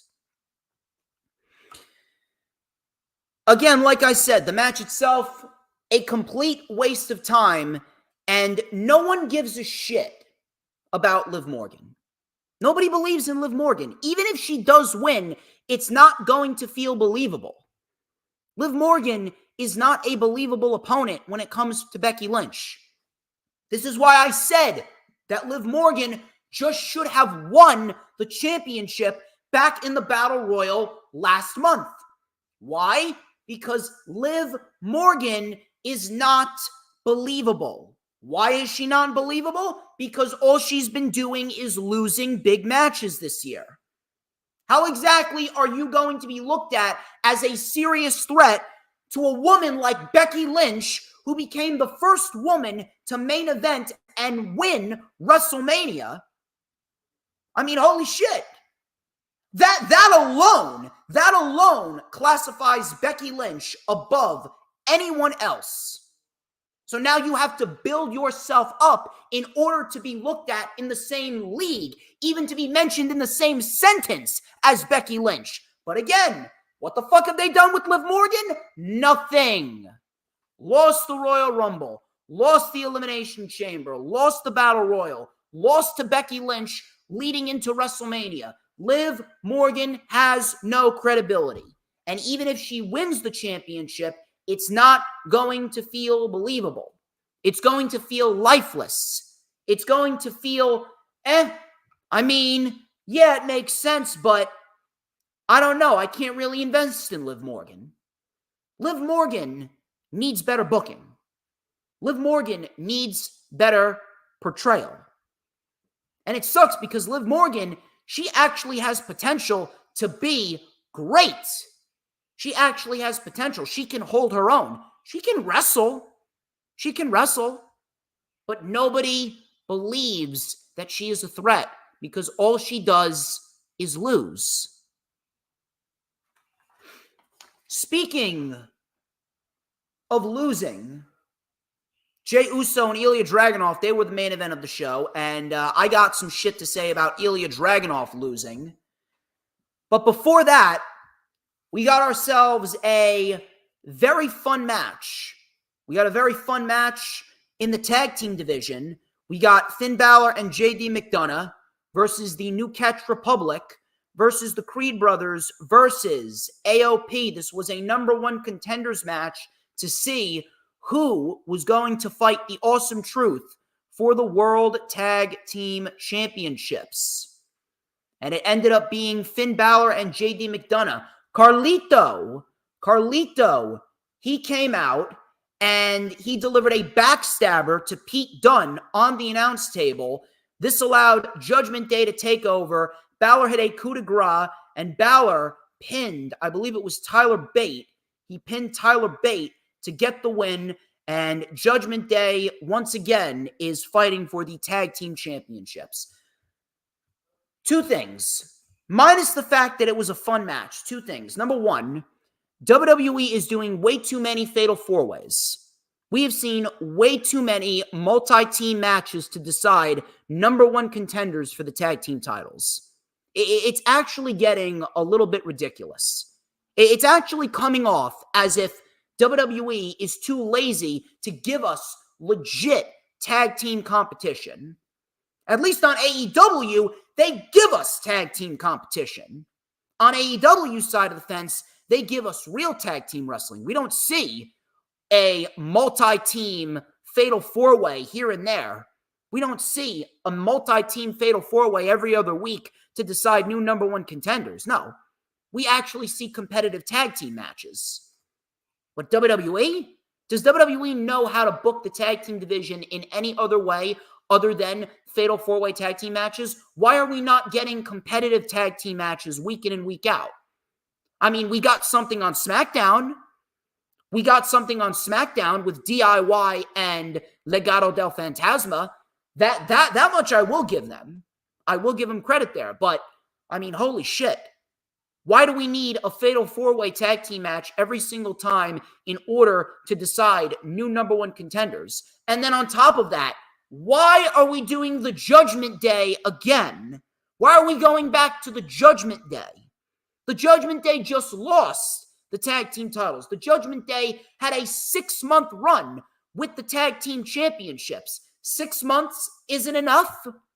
6 months isn't enough for the Judgment Day to hold the tag team championships. Why can't we get someone new?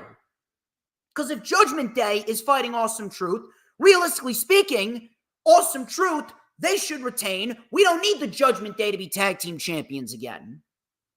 If the Judgment Day was going to be tag team champions, if you wanted the Judgment Day to be tag team champions, you should have kept the titles on them at WrestleMania.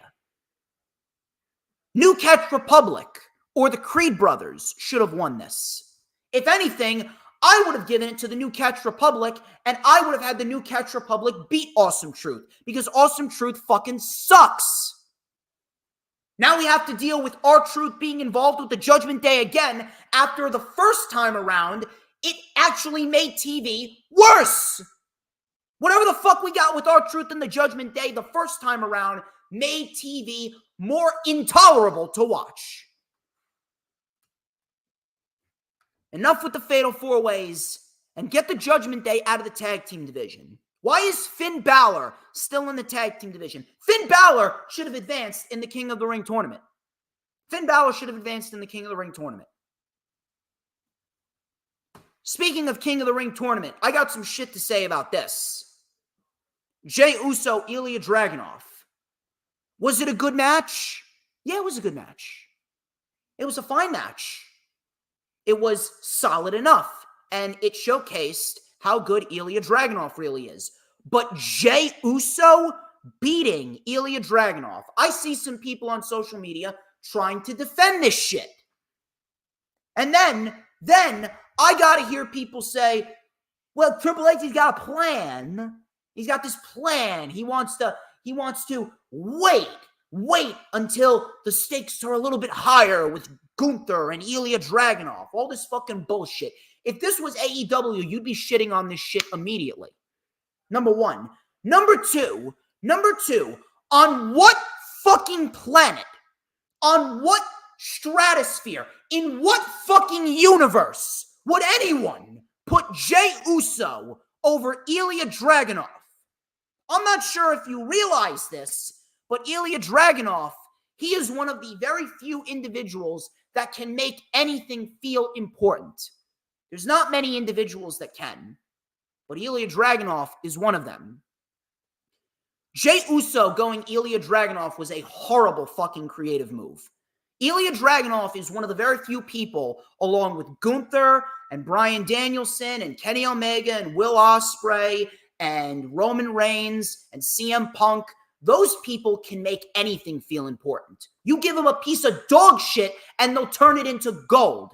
Jey Uso does not make things feel important. Matter of fact, Jey Uso in the semifinals actually brings the tournament prestige down several notches. And to anyone that's saying, oh, well, they're waiting to do this match on a bigger stage. Fuck doing it on a bigger stage. We need that shit now. Because that is going to make the King of the Ring tournament feel more important. And it's going to make Monday Night Raw feel more important. But no, Jey Uso goes to the semifinals. That shit right there is inexcusable. On no show should Jey Uso be going over Ilya Dragunov. Fucking terrible. How the fuck does anyone try and justify Jey Uso beating Ilya Dragunov? We haven't seen Gunther versus Ilya Dragunov in almost 3 years. We don't need to wait another 12 months. Fuck waiting. That shit should have been booked for next week. Because now you've made the tournament less important, because now it's just a certainty that Gunther is going to advance to the finals. Gunther was going to advance to the finals anyway, but at least with Ilya Dragunov, the match would have been better, the story would have been better, and it would have felt a lot more important. The King of the Ring tournament would have felt more prestigious with Ilya versus Jey Uso. If we're going to be quite honest here, Jey Uso shouldn't have made it past the first round. Jey Uso is being pushed way too much, way too soon. And that's a fucking problem. That is a real fucking problem. Matter of fact, I'm actually a little nervous here. And I truthfully believe that there is a chance that we could see Jey Uso beat Gunther. And I swear to fucking Christ, if that happens, I swear to God, if that happens, I may very well lose my shit. Real shitty ending to what was otherwise a very good episode of Raw. Very, very, very shitty ending to what was otherwise a very good episode of Raw. And if you're trying to justify Jey Uso beating Ilya Dragunov, you're a fucking retard. Cut the shit. Ilya Dragunov should have won. Ilya Dragunov not being in the semifinals does not make the tournament feel more important. And everyone that is upset about this has every fucking right to be. That was the wrong creative move. AEW Dynamite. We got a very good show with AEW Dynamite. We got a lot of material going into Double or Nothing. And Everett, Washington was a solid crowd. Show kicked off with Kyle Fletcher versus Jeff Cobb. Kyle Fletcher and Jeff Cobb, not versus Jeff Cobb.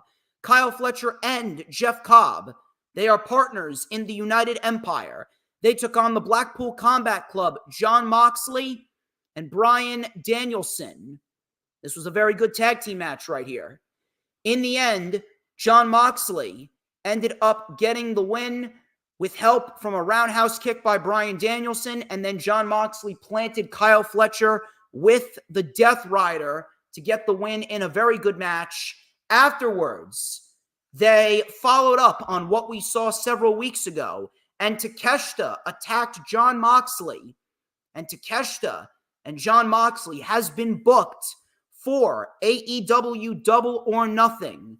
That's going to be one hell of a fucking match, I'll tell you that. Adam Copeland, he came out and he was ready to call out Malachi Black. All of a sudden, Buddy Matthews and Brody King, they attacked Adam Copeland during his entrance. It was just a flat-out beatdown. Black then came out And he stated that he doesn't understand why Adam Copeland keeps up this facade of what he thinks he is. He then goes, Mr. Matthews, take his wedding ring. So Matthews rips Adam Copeland's wedding ring off of his hand, and Black is looking at it. He's inspecting it as if he's a fucking jewel dealer. He's at a fucking pawn shop inspecting it. Out comes Kyle O'Reilly. He got dropped by Brody King, and then he was given the spinning back kick, the Sin Eater, by Malachi Black. And then Malachi and his trusted disciples, they all collectively did a triple team on Adam Copeland and then left Adam Copeland to just wallow away in his own pain in the ring. And the House of Black just walked away looking like beasts. This was a very good beatdown. Very good beatdown. House of Black looked fucking great. And House of Black, I will give Tony Khan credit on this one. The House of Black, they have been regulars on TV. They have looked good in many cases. They were looking good back in January. They were feuding with FTR. We got some great matches with FTR. The steel cage match that we saw was very entertaining. We got ourselves a nice little mini feud with Mark Briscoe. We got ourselves a great six-man tag back at Dynasty. And now we're getting a barbed wire steel cage match. A barbed wire steel cage match between Malachi and Adam Copeland for the TNT Championship. Now, I don't think Malachi's going to win. I don't think he's going to win. But I would not mind if he does win.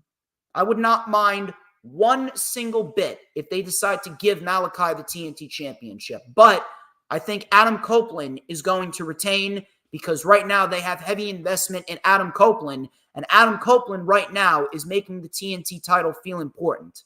This is the best that the TNT title has looked. Christian Cage made the TNT title feel important again. And Adam Copeland is continuing to follow up on what Christian Cage is doing. Adam Copeland is putting on great matches every single week. Adam Copeland is in big-time feuds. The open challenges are working out very nicely. He's putting on great matches with everyone that he steps into the ring with. So I really like to hope that Adam Copeland is going to be heavily invested in going into the summer, because going into the summer, I do believe that Konosuke Takeshita is going to be the man to take the TNT title off of Adam Copeland. It's only a matter of time. It was announced that Eddie Kingston was injured. He is not going to be competing in Anarchy in the Arena. Who is his replacement? We would have to wait until the end of the night. Young Bucks, Matthew and Nicholas Jackson, they took on Matt Sydal and Christopher Daniels. This was a pretty standard tag team match. Match wasn't over the top. It didn't really need to happen. All this was a match to help enhance the Young Bucks. That's pretty much what this was. Now, it didn't need to be an eliminator match either. This should not have been an eliminator match. And there is an issue that we have right here. Right now, from a creative standpoint, AEW has been putting on good shows in the month of May. But one thing that they've been over-abusing is the eliminator match. We have seen way too many eliminator matches. I believe we saw Roderick Strong and Daddy Magic a couple of weeks ago on Rampage. That was an eliminator match. We saw Rocky Romero versus Roderick Strong. That was an eliminator match. We saw London Lightning and Roderick Strong. That was an eliminator match. This match between the Young Bucks and Christopher Daniels and Matt Sydal, that was an eliminator match. Swerve Strickland and Kyle Fletcher, that was an eliminator match. Swerve Strickland and Brian Cage on this show, eliminator match. And then we got a 7th eliminator match coming up at Double or Nothing between Jon Moxley and Konosuke Takeshita. That is way too many eliminator matches. An eliminator match here and there is fine. An eliminator match once in a blue moon, maybe once or twice a year, that's fine. That's fine. But if you're doing like 6 or 7 within a 3-month period, I'm sorry. that is just pure laziness. And that right there is a bad look. Because if there's one thing that Tony Khan has done right, if there's one thing that Tony Khan has done right, and the one thing that has differentiated Tony Khan from what WWE does is the fact that AEW is not lazy. AEW's never been lazy. Tony Khan puts effort into what he does. If you're giving us 6 or 7 eliminator matches within an 8-week period, I'm sorry. That is laziness. That is pure, flat-out laziness. No creativity whatsoever. We need to stop the eliminator matches, scale back on them significantly. We should not see another eliminator match on AEW TV until next year. No more. No more this year. You do that shit way too much, and it's going to become extremely, extremely old. Now, the match really wasn't anything special. It was just made to enhance the Bucks, but what happened after the match, that was the meat and potatoes here. So the Young Bucks said that Christopher Daniels is an executive and he should not have spoken to them like a petulant child. He said, you should know better. He goes, you're trying to screw things up, and unfortunately, CD, we got to let you go. You're fired. But you'll be getting a check for the next 30 days, and you'll get a security escort out of the building. Jack Perry was then drinking Ric Flair's energy drink, and then he poured the drink on Tony Schiavone. And Tony Schiavone, you could see Tony Schiavone's facial reaction. Tony Schiavone said, son of a bitch. Now that was funny as fuck. But the match itself didn't really need to happen. It was just a match to help enhance the Young Bucks. And that was pretty much that. Hook returned to the show. Hook took on a man named Sebastian Wolf. And Hook took the mic. He called out Chris Jericho. Jericho came out with Big Bill. He's acting very cocky. He's acting very disingenuous because this is the new Chris Jericho. This is the learning tree Chris Jericho. Jericho said, I know you want a match tonight, Hook, but this is not a fighting moment. This is a teaching moment.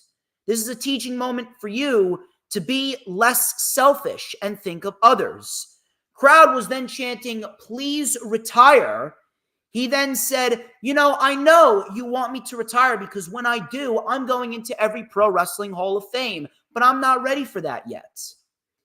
He said, you will be working your way back up to a title match on Saturday because you will have a qualification match. And if you win, you will have an opportunity at getting a shot for the World Championship. Hook then said, you know what, that's cool. You know what else is cool? And then he just spiked the mic right into Chris Jericho's skull, which actually was pretty funny. It was a 2-on-1 assault before Katsuyori Shibata came out, and he made the save. Shibata ended up taking, I think it was a steel chair or something like that. I can't remember if he came out without or with a steel chair. It all happened so fast. I think I was taking my notes during this time, but Shibata came out either way, whether it was with a steel chair or if it wasn't with a steel chair. Shibata came out, and Shibata, he sent Big Bill and Chris Jericho packing, and we got ourselves a couple of qualification matches tonight to see who's going to advance to a triple threat match next week. And then next week, we will see who's going to fight Chris Jericho at Double or Nothing. Swerve Strickland and Brian Cage. This was an eliminator match. Again, like I stated, too many eliminator matches didn't need to happen. However, the match itself was fucking great. Match itself was excellent. And we got an excellent post-match beatdown as well. So Swerve, he went right after Cage. Cage then kept the pressure on. Cage with a military press into the corner, which looked brutal. Cage then with a deadlift superplex for a 2 count. Swerve was caught with a massive lariat. Swerve then with the house call. Swerve with the uppercuts. Swerve then caught Cage mid-air into a brainbuster, which was awesome. We had a gory special flatliner reversed into an armbar. Swerve was then powered up by Brian Cage. Brian Cage then delivered a buckle bomb to Swerve Strickland. And then he hit an F5, which looked great. Swerve kicked out. Swerve then with a super kick and a swerve stomp on the apron. 450 splash in the ring. Brian Cage kicked out. Pop-up powerbomb and a sit-out powerbomb by Cage for a 2 count. Crowd was chanting, "This is awesome." We had a spinning slap by Swerve Strickland, which I thought was pretty funny. Super kick by Brian Cage. Punt kick by Swerve. Stomp out of the powerbomb. Arm snap. House call. And Swerve Strickland gets the win over Brian Cage in a great match. Afterwards, Swerve Strickland then got some steel chairs. He was going to break Brian Cage's arm before Christian Cage and Mother Wayne came out. Nick Wayne then came up from behind Swerve and hit him with a low blow. Out came Killswitch. Killswitch held back Swerve Strickland, and Nick Wayne took a photo. He took a photo of Swerve Strickland and his daughters. He took a photo of Swerve Strickland and his daughters, and he smashed it over Swerve Strickland's skull. That was fucking awesome. Christian then mocked Swerve's daughter. He rubbed the picture all over Swerve Strickland's bloody face and said that he promised to take Swerve's title at Double or Nothing. This was excellent. This was excellent. And in 3 weeks, Christian Cage and Swerve Strickland have already had a better build towards their match than Cody Rhodes has had during his world title reign throughout his feud with Styles and now his feud with Logan Paul. And that is saying something. The fact that they can give you shit in 3 weeks that's this good with Christian and Swerve, and yet WWE can't even be bothered to put any effort into Cody Rhodes and Logan Paul or Cody Rhodes and AJ Styles, that just goes to show you how much of a plan that both companies have for their world champions. Swerve Strickland is a priority. Cody Rhodes, clear as day. Listen, he may be a big star, he may be the world champion, but it's clear as day that WWE is not booking Cody like a main priority. And for those people who are wondering, well, why is Swerve Strickland getting beaten down so much? Why is Swerve Strickland getting destroyed every single week? It's for one specific reason. Swerve Strickland is still looking strong. Swerve Strickland is not being taken out by one man. Swerve Strickland is being taken out by multiple people.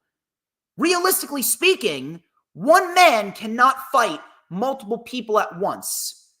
So he beats Brian Cage. He looks strong there, but the patriarchy beats him down. The reason why they're doing this is because of one simple fact. They're trying to make you believe that Christian Cage has a chance at beating Swerve Strickland, when in reality, we all know that that's not going to happen. Swerve Strickland is not losing. The reason why they are making Christian Cage look strong is to make you believe that Swerve could potentially lose. They're trying to make the match a little bit more unpredictable, when in reality, we all know that Swerve's going to retain because Swerve just won the championship. He just won the title last month. He's not losing. They're trying to make Christian Cage look like a threat. They're trying to make Christian Cage look like he could very well win at Double or Nothing. But realistically, everyone with a brain knows that Swerve Strickland is not losing the championship. That's the only reason why they're doing this. So please, calm yourself down. It's not like Swerve Strickland is looking weak. Now, if it was one guy doing these beatdowns, then you could make the argument that Swerve Strickland looks a little weak. But it's not. Swerve Strickland is being attacked by multiple individuals at once. You can't necessarily say that that's not realistic. Just saying.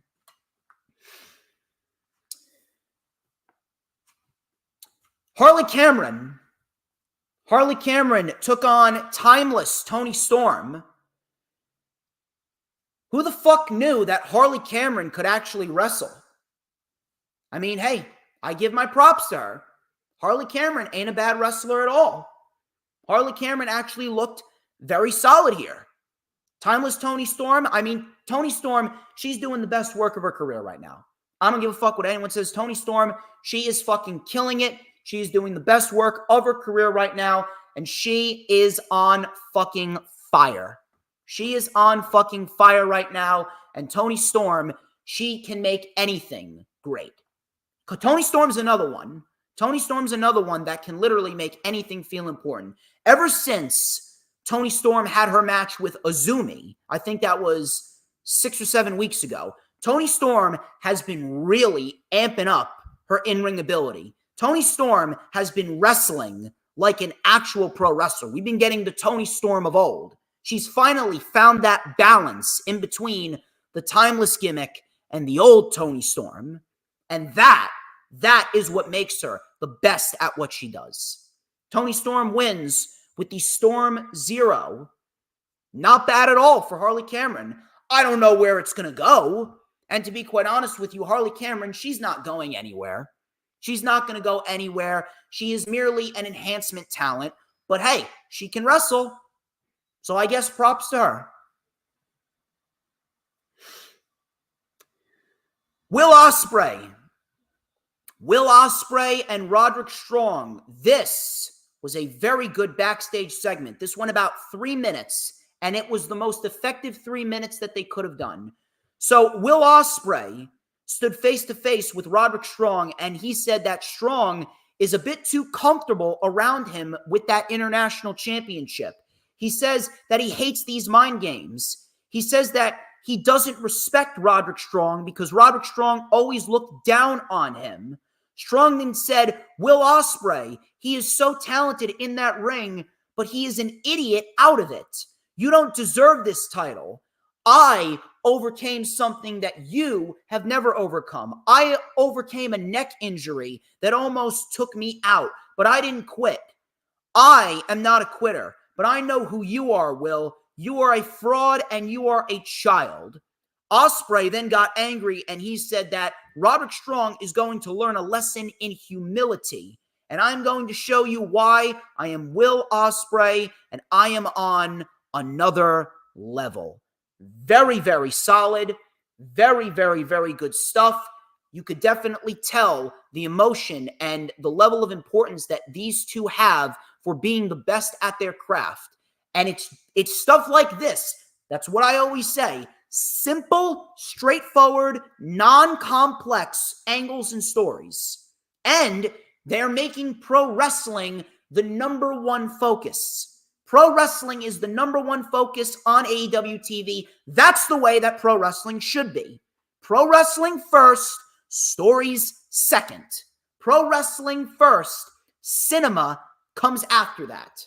Because if cinema is put in front of pro wrestling, then it's not a pro wrestling company anymore.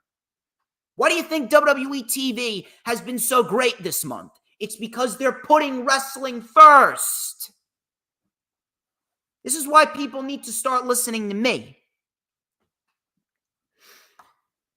We had a contract signing with Mercedes Moné and Willow Nightingale. Renee Paquette, she monitored the whole contract signing. Willow, she asked if Moné respects the TBS championship. She was asking if she respects the legacy of the TBS championship. She said that this title celebrates a legacy of wrestlers on this very channel. It's about making a name for yourself. That's what Chris Statlander represented when she held this championship. And now I'm the face of TBS. This title matters to me, and I will not allow you to take it away. The crowd then chanted for Willow. Willow came off very good here. Moné said, you want to talk about legacy? Back when you were still training in 2015, I was in Brooklyn changing the game forever. You want to talk about dedication? I have kicked down glass ceilings that you wouldn't even be here without me. The difference between being great and being the greatest of all time is clear as day. And at Double or Nothing, you losing will be the best thing that ever happened to you. Your legacy will not be about winning. Willow then said, it's funny. It's funny because the last time that we wrestled, I walked out a champion and you didn't walk out at all. So this obviously angered Mercedes Moné. Moné slapped Willow. She slapped Willow. Willow then fired back and gave her a doctor bomb through the table. Doctor bomb through the table. And ultimately, we saw Willow standing tall to a massive, massive pop.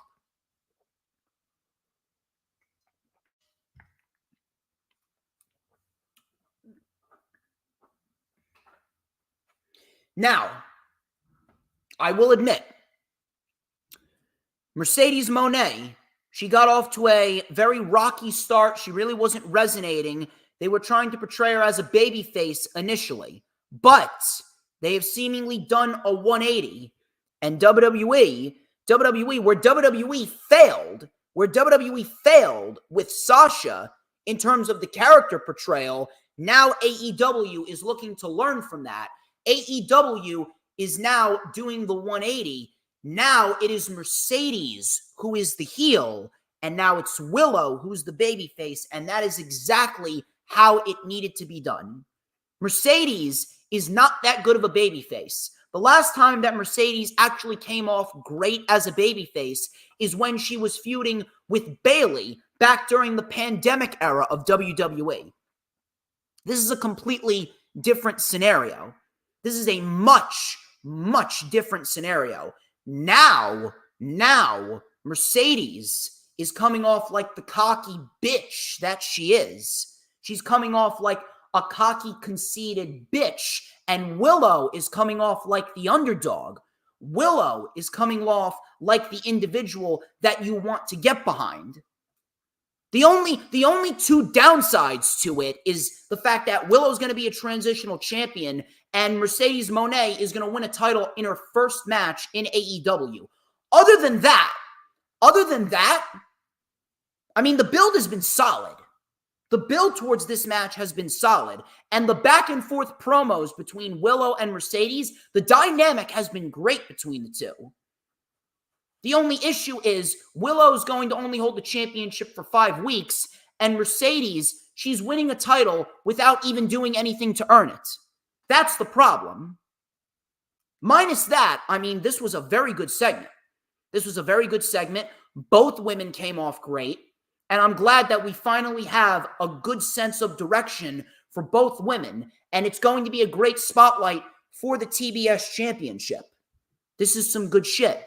And I really like to hope that they continue to push this narrative going forward. You push the narrative, you make Mercedes the cocky bitch. You can have her defend the TBS championship, and whatever she does with the TBS championship, she is going to make it feel that much more important. The one thing that I hope is that they have a direction for Willow after she loses this championship. And then in the main event, we had Dax Harwood and Kazuchika Okada for the AEW Continental Crown Championship. Started off a little slow. It picked up towards the end, and in the end, it ended up being a very good match. The first half of this match was kind of boring. But down the home stretch, it got better, and Kazuchika Okada ended up retaining the Continental Championship with a Rainmaker. And then afterwards, we had a big brawl. We had the Elite coming out. We had Bryan and Cash Wheeler coming out. And all of a sudden, out comes Darby Allin. And it was revealed that Darby Allin is the fourth man. And Darby Allin is on Team AEW for Double or Nothing. And the crazy thing is that he's not even 100%. Guy's out of his fucking mind. Guy's unbelievable. But AEW Dynamite, very good show. And if I'm going to give the edge to a show, I'll probably give it to Dynamite this week. I'm going to probably give the edge to Dynamite this week. We got ourselves a lot of good material coming out of this show. And Double or Nothing, I've said it once, I'll say it again. If they play their cards right, this could very well be the best Double or Nothing card that we've ever seen. I'm looking forward to it. SmackDown, we got some good material on SmackDown. However, SmackDown may have been a good show wrestling-wise, but in terms of the King and Queen of the Ring tournaments, I don't know what the fuck Triple H is doing, but it's clear as day that Triple H has no regard for how the King and Queen of the Ring tournaments are being booked, because these outcomes that we got, incredibly reckless, incredibly ridiculous, very, very questionable, and it really makes me think that Triple H really is no better of a booker than Vince McMahon, minus the sports entertainment bullshit, because we haven't gotten any sports entertainment bullshit. It's been full-fledged, serious shit. But in terms of the outcomes of these matches, I mean, the outcomes of these matches were fucking terrible. Now, we had Bianca Belair. Bianca Belair took on Tiffany Stratton. This was a Queen of the Ring tournament quarterfinals match. Tiffany Stratton was the talk of the town this week because she apparently posted a story on her Instagram, and apparently people made a big deal out of it and tried to whine and cry and bitch about it being racist, when in reality, it wasn't. It wasn't. The cancel culture just acted like a bunch of pussies. So cut the shit. Now, the match itself, very good. The match itself was very good. I expected it to be very good. Tiffany Stratton and Bianca Belair, they are two of the best that WWE has at this very moment. However, the outcome was wrong. We're going to discuss why. Let's go over the match. So, Tiffany Stratton, she was in control early on. She was in control early on before Bianca came back with a KOD attempt. Tiffany Stratton then delivered a double stomp, and Bianca ended up kicking out of that one. We had Bianca catching a handspring back elbow by Stratton and then delivering a nice German suplex, which looked very nice. We then had the crowd chanting, "This is awesome." Stratton then raked Bianca's eyes and hit a sliding elbow. Bianca Belair ended up kicking out. Bianca then with a KOD. Bianca wins it with a KOD attempt. And that was that. Very good match. Wrong outcome. This was the wrong outcome. And I don't give a fuck what anyone says. Y'all can go cry in the corner over this shit. I don't give a shit what anyone says. Bianca Belair is overpushed. In no way, shape, or form should Bianca Belair be in a big-time tournament like this. She should not be going to the semifinals when Bianca has already had her time. Bianca has been a major player on TV for the last 3 years. Why does she need to go over Tiffany? Don't you think it would have been better if Tiffany would have gotten a victory over Bianca? Tiffany wasn't going to win the tournament. I did not have Tiffany Stratton winning this tournament at all. But don't you think that Tiffany would have benefited greatly from a victory over Bianca? Bianca Belair is in a position in which she could be compared to Charlotte Flair and Becky Lynch. She should be putting over young talent. She should be putting over new faces. Bianca is great, but the more that you push her, the more people are going to become tired of her. Bianca Belair should not have beaten Tiffany Stratton whatsoever.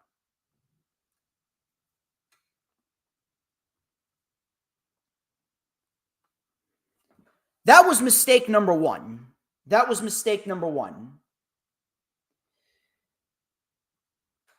Now, coming out of this, we go backstage, and Logan Paul is approaching Nick Aldis's office.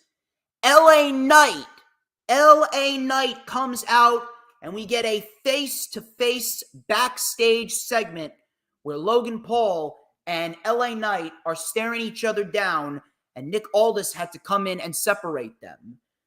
Holy shit, are they finally going to do it? Are they finally pulling the trigger on LA Knight? Are they finally going to give him the U.S. title? I can only fucking hope so. Speaking of LA Knight, he was in our next match. Tama Tonga and LA Knight, King of the Ring Tournament quarterfinals. This was good. And Tama Tonga has been booked very well. Tama Tonga has been portrayed very well since he came into the WWE. And I'm really looking forward to seeing what else they have planned for Tama Tonga. But Tama Tonga, on no planet, in no fucking universe, in no fucking multiverse, should Tama Tonga be beating LA Knight. This is the same shit as Jey Uso beating Ilya Dragunov. What the fuck are we doing here? It's like they do not even know how to portray new stars. They don't even know how to invest in new stars. Listen, I'm not saying that LA Knight was going to win the tournament either. It's the same shit as Tiffany Stratton.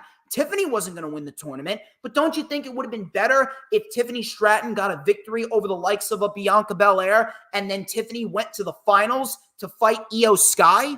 Wouldn't it have been better if LA Knight went to the semifinals to fight Randy Orton and then he would have beaten Randy Orton and went on to face Gunther in the finals? Don't you guys remember back in NXT in 2019, we had the Dusty Rhodes Tag Team Classic and we got the Forgotten Sons. We got the Forgotten Sons in the finals of that tournament. The Forgotten Sons looked fucking great. The Forgotten Sons looked fucking awesome in that tournament. And they lost. They lost in the finals. But that tournament made the Forgotten Sons. That tournament gave the Forgotten Sons a new lease on life. That tournament gave the Forgotten Sons a new sense of credibility, a new sense of validity, a new sense of purpose. It made people take them seriously. Don't you think that you could have done the same thing with a Tiffany Stratton or an LA Knight? Are they already over? Yeah, they're already over. But they're stuck. They're stuck in a position where they can't break through. Tiffany Stratton right now is stuck in a position where she doesn't feel like she should feel. Same thing with LA Knight.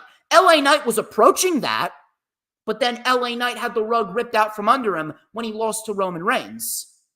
But LA Knight and Tiffany Stratton, those two individuals, if you were going to put those two in the tournament, those two individuals should have been top tier priority. And then people are going to ask, well, what about Tama Tonga? What about Tama Tonga? How about don't put him in the tournament? Why put him in the tournament if he's not going to be portrayed like a major player? And if you have other major players who are better than Tama Tonga, then why put those major players in there if you want to protect Tama Tonga? If you want to build up Tama Tonga, you know how Tama Tonga should be being built up?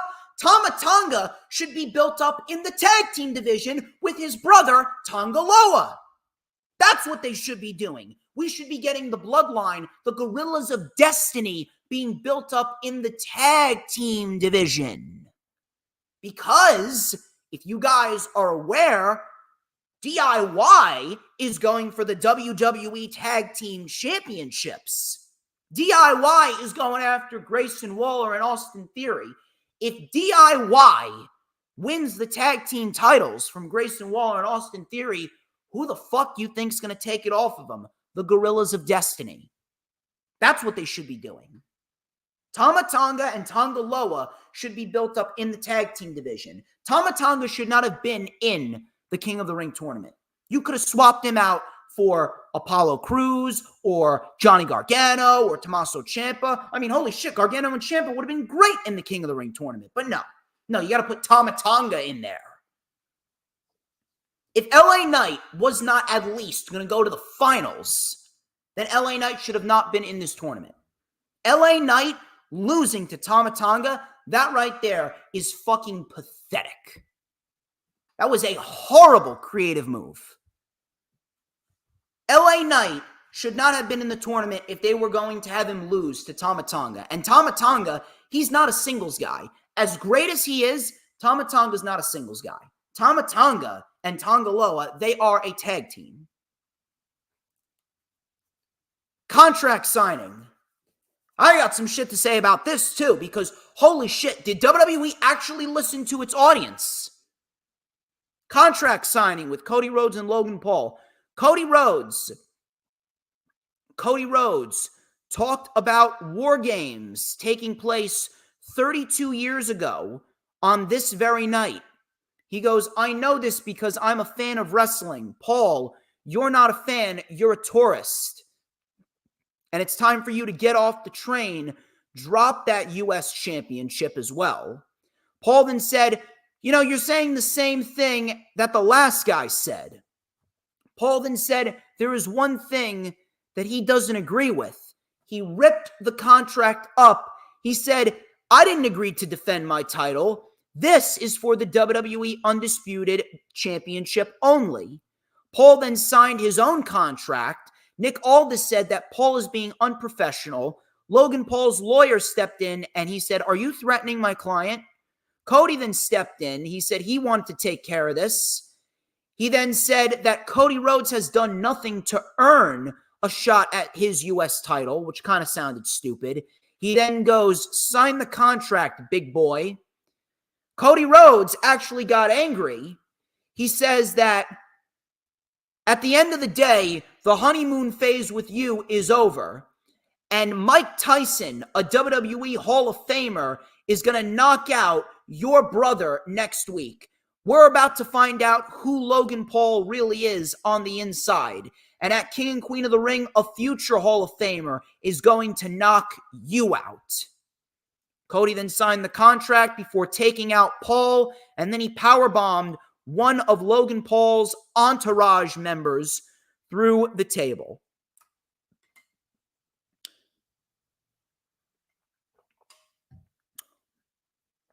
So, what the fuck happened here is the question. WWE realized they fucked up. That's what happened. See, WWE is not going to admit it. They're going to try and brainwash these simpletons. They're going to try and brainwash these WWE cultist members. And they're going to make everyone believe that, well, oh yeah, this was always the plan. You do know that, Logan Paul ripping out the contract and, saying that it's for the Undisputed Championship only. That was always the plan. as they fucking motorboat the WWE ball sack. Yeah, it was always the plan. No, it wasn't. No, it wasn't. You fucking retards. No, it was not always the plan. You see, this is why I exist. I exist because you don't know shit. I exist because I am the smartest man alive, and you are an unintelligent peasant. The peasants, they listen to the king, not the other way around. This was not always the plan, because if it was always the plan, then you know what? Cody Rhodes would not have been tweeting out the last week for all the gold or Grand Slam champion. Cody Rhodes was tweeting out every other fucking day that it was going to be for both championships. And Cody Rhodes even said it in a promo last week on SmackDown that he wants to be a Grand Slam champion. WWE realized they fucked up. Okay? Don't let anyone tell you different. WWE had Logan Paul state on SmackDown that his match with Cody is just for the undisputed WWE Championship because WWE realized they fucked up. They saw the backlash and they saw how this match didn't make sense, and therefore they made it for Cody's title only. Because Logan Paul, he is the United States champion, and Cody Rhodes doesn't need it. And they oh so conveniently teased LA Knight versus Logan Paul. You think that was a coincidence? No, they had nothing to do with each other up until last week. They deliberately did that, and they switched around the plans. It wasn't always the plan, because if it was always the plan, then Cody Rhodes wouldn't have been tweeting out for the last week how it's for all the gold and he's going to be a Grand Slam champion. WWE realized that they fucked up, and they made the title match for Cody's title only because they realized that Cody Rhodes doesn't need the US title.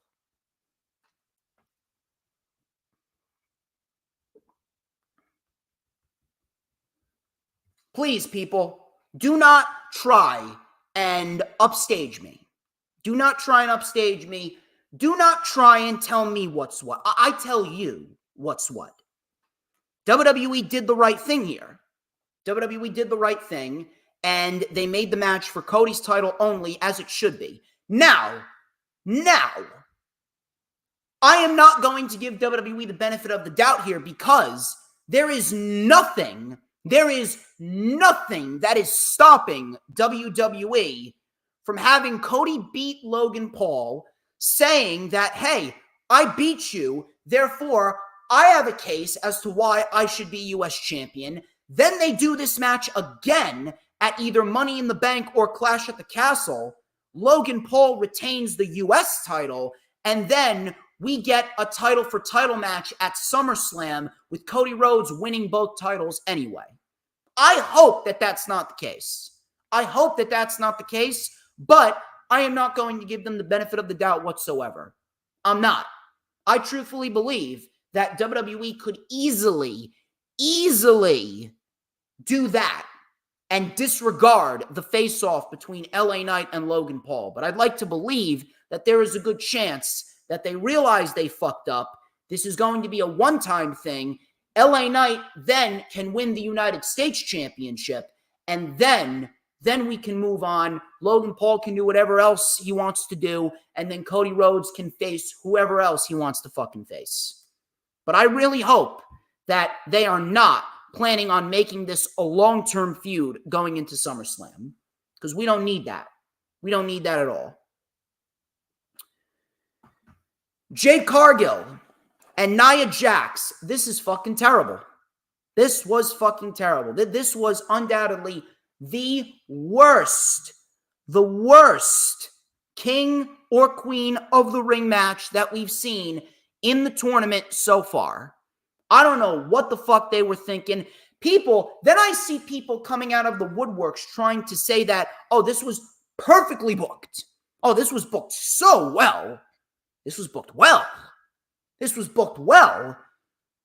For the 2 minutes that Jade Cargill and Nia Jax were actually wrestling, they were fee-fi-fo fumbling around like they were fucking giants protecting their golden goose. What the fuck were they doing? They were rolling around and doing all sorts of other shit besides wrestling. And then on top of that, Jade Cargill looked like a fucking idiot.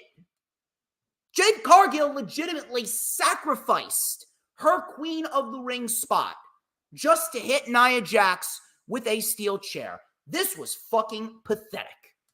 This was absolutely fucking lame.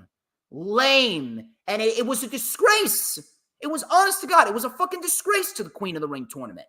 Queen of the Ring should be focused around pro wrestling. Queen of the Ring should be focused around great matches. That's what these tournaments should be about. But instead, you make this shit about protecting both women. Meanwhile, that argument doesn't even make any sense. Let me ask y'all a question. Why the fuck do we need to protect Nia Jax of all people? Now, has she been better since she's been back in WWE? Yes, she's been better. She's been a hell of a lot better. She's been putting on some damn good matches. She hasn't been injuring anyone. She's been going out there. She's just been doing her job. She's not been overexposed. I can't really shit on Nia Jax. But why the fuck does she need to be protected? You do realize that she's already lost several times this year. She got pinned by Rhea Ripley. She got beat by Becky Lynch. She even got pinned by Liv Morgan. And Liv Morgan has zero credibility. Nia Jax has already lost to multiple different people this year. Why the fuck do we need to protect her? We don't need to protect Nia Jax from anything. She's not going to be a major player in the women's division. She's merely there to add depth. Jade Cargill, sure, you can make that argument, but then I'm going to say, if Jade Cargill was to be in the Queen of the Ring tournament, then why is she in a scenario where she could potentially lose? Why is she in a scenario where she's going to lose? Unless you're going to give her the Queen of the Ring tournament, which she shouldn't have had. Jade Cargill should not have had the Queen of the Ring tournament whatsoever. But I got to ask, if you wanted to protect Jade Cargill, instead of a DQ, because DQs, the DQs make people look like fucking retards. If you wanted to protect Jade Cargill, why didn't you just have her get counted out? I don't get it. A count out is a lot more tolerable. A count out is a lot easier to digest than a DQ. Because whatever the fuck we got last night made Jade Cargill look stupid. Jade Cargill looked like a fucking moron. She looked like she had an IQ of 40. Who the fuck is going to hit someone with a steel chair when a Queen of the Ring semifinals tournament spot is on the line? Oh, Jade Cargill lost her cool. So Jade Cargill's a fucking petulant child. So Jade Cargill is apparently a high school sophomore that can't control her temper. So Jade Cargill is a member of Mean Girls now. She's how old? She's 32, 33? She's a grown-ass woman. She's a fucking grown-ass woman. But no, let's have her get herself DQ'd. Yeah, that'll make her look good. If Jade Cargill was ultimately going to be protected, if you wanted to protect both women, this match should have ended in a countout. If Nia was ultimately going to go to the finals, Nia should have ultimately given Jade a Samoan drop through the table. She should have gotten a Samoan drop through the table, and then you could have played up a story where Nia Jax embarrassed Jade Cargill in front of her daughter, because her daughter was at ringside. Nia embarrassed Jade in front of her daughter. Therefore, Nia goes to the semifinals, and then Jade Cargill can look for revenge that way. We did not need this DQ. This was fucking awful. And in no way, shape, or form should this have taken place. If you wanted to protect both women, which you didn't need to, it should have been a count-out victory for Nia Jax. And if anything, I wouldn't have even have protected Nia Jax. I would have just had Jade win. Because then, if WWE did the right thing, and you had Tiffany Stratton beat Bianca, Jade beats Nia, and then you could have done Tiffany Stratton beating Jade with the help of Nia Jax. Nia Jax could have cost Jade Cargill the match, and then we would have gotten a little mini feud going into the summer. But what the fuck do I know?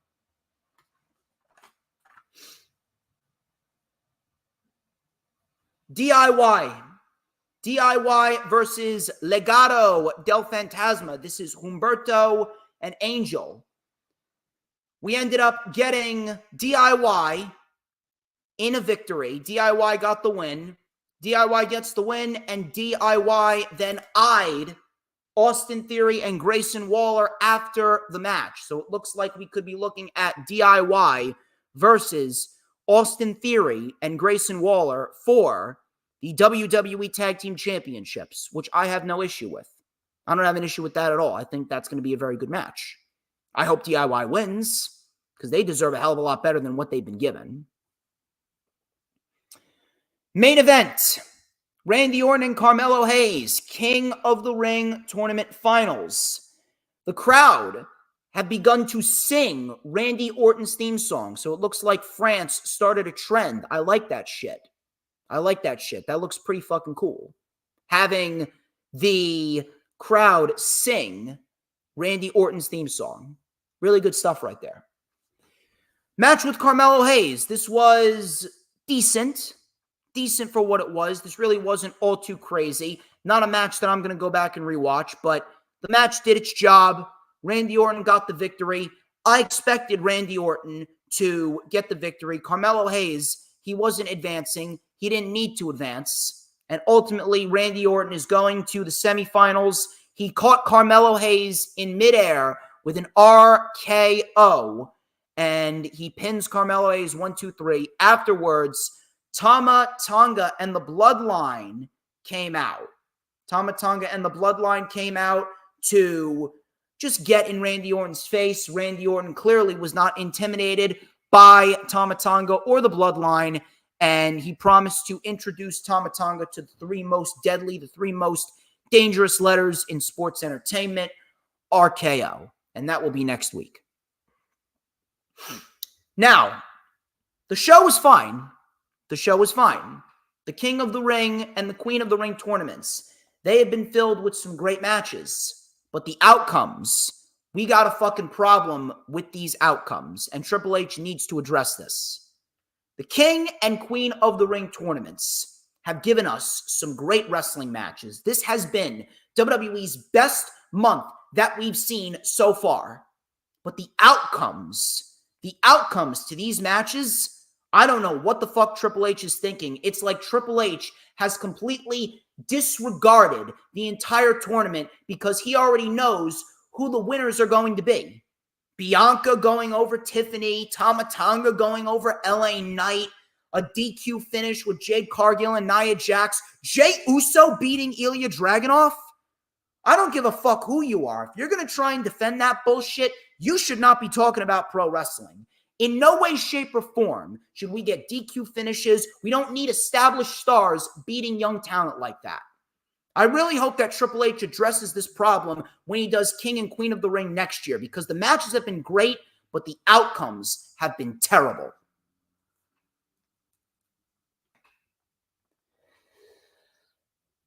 That's all I got for you, people. That is all that I got for you. That has been Lightning Flash Update for May 18th, 2024. I would like to thank each and every single one of you who tuned into this video. You guys are fucking awesome. Be sure to set your calendar dates for next Thursday. Next Thursday, May 23rd, I'll be going live across the IWC, where me and Savage, my main man Wrestling with Savage, we are going to be live for the rundown for King and Queen of the Ring and the rundown for Double or Nothing. It's a double-header rundown for the weekend of Memorial Day. In addition to that, we will also have Lil Stevie. He's joining us on the Rewind for WWE King and Queen of the Ring on the 26th. And then on the 27th, we are going to have the Rewind for Double or Nothing. It is going to be a great week. And a big announcement, me and Savage, considering that we did a great job on the watch-along. I was on his watch-along a couple of weeks ago. I was on his watch-along, and he's decided that he wants to start an all-new show with me. We will be starting our own show. We're calling it the Savage Storm Wrestling Super Show. It's going to be on Tuesdays. Excuse me, not Tuesdays. Thursdays. Thursdays is the best day. We're going to be going live on Thursdays between 7:45 p.m. and 10 p.m. It is going to be a damn good time, and we are looking to bring out a lot of good wrestling topics to discuss. It's going to be a big-time variety show. We're looking to bring on wrestlers. We're looking to bring on fans. We're looking to discuss the hottest topics in wrestling. We are looking to review all sorts of weekly shows, from Dynamite to Collision to Raw to SmackDown. We are going to include everything, and make everyone as in tune with pro wrestling as possible. And you're damn right, James Punaseca, more Storms. You can never get enough DJ Storms. Until next time, people, I am DJ Storms, and this has been the Lightning Flash Update. But before we get out of here, people, you got to tell me, as I take a sip of my ice water, who runs the IWC?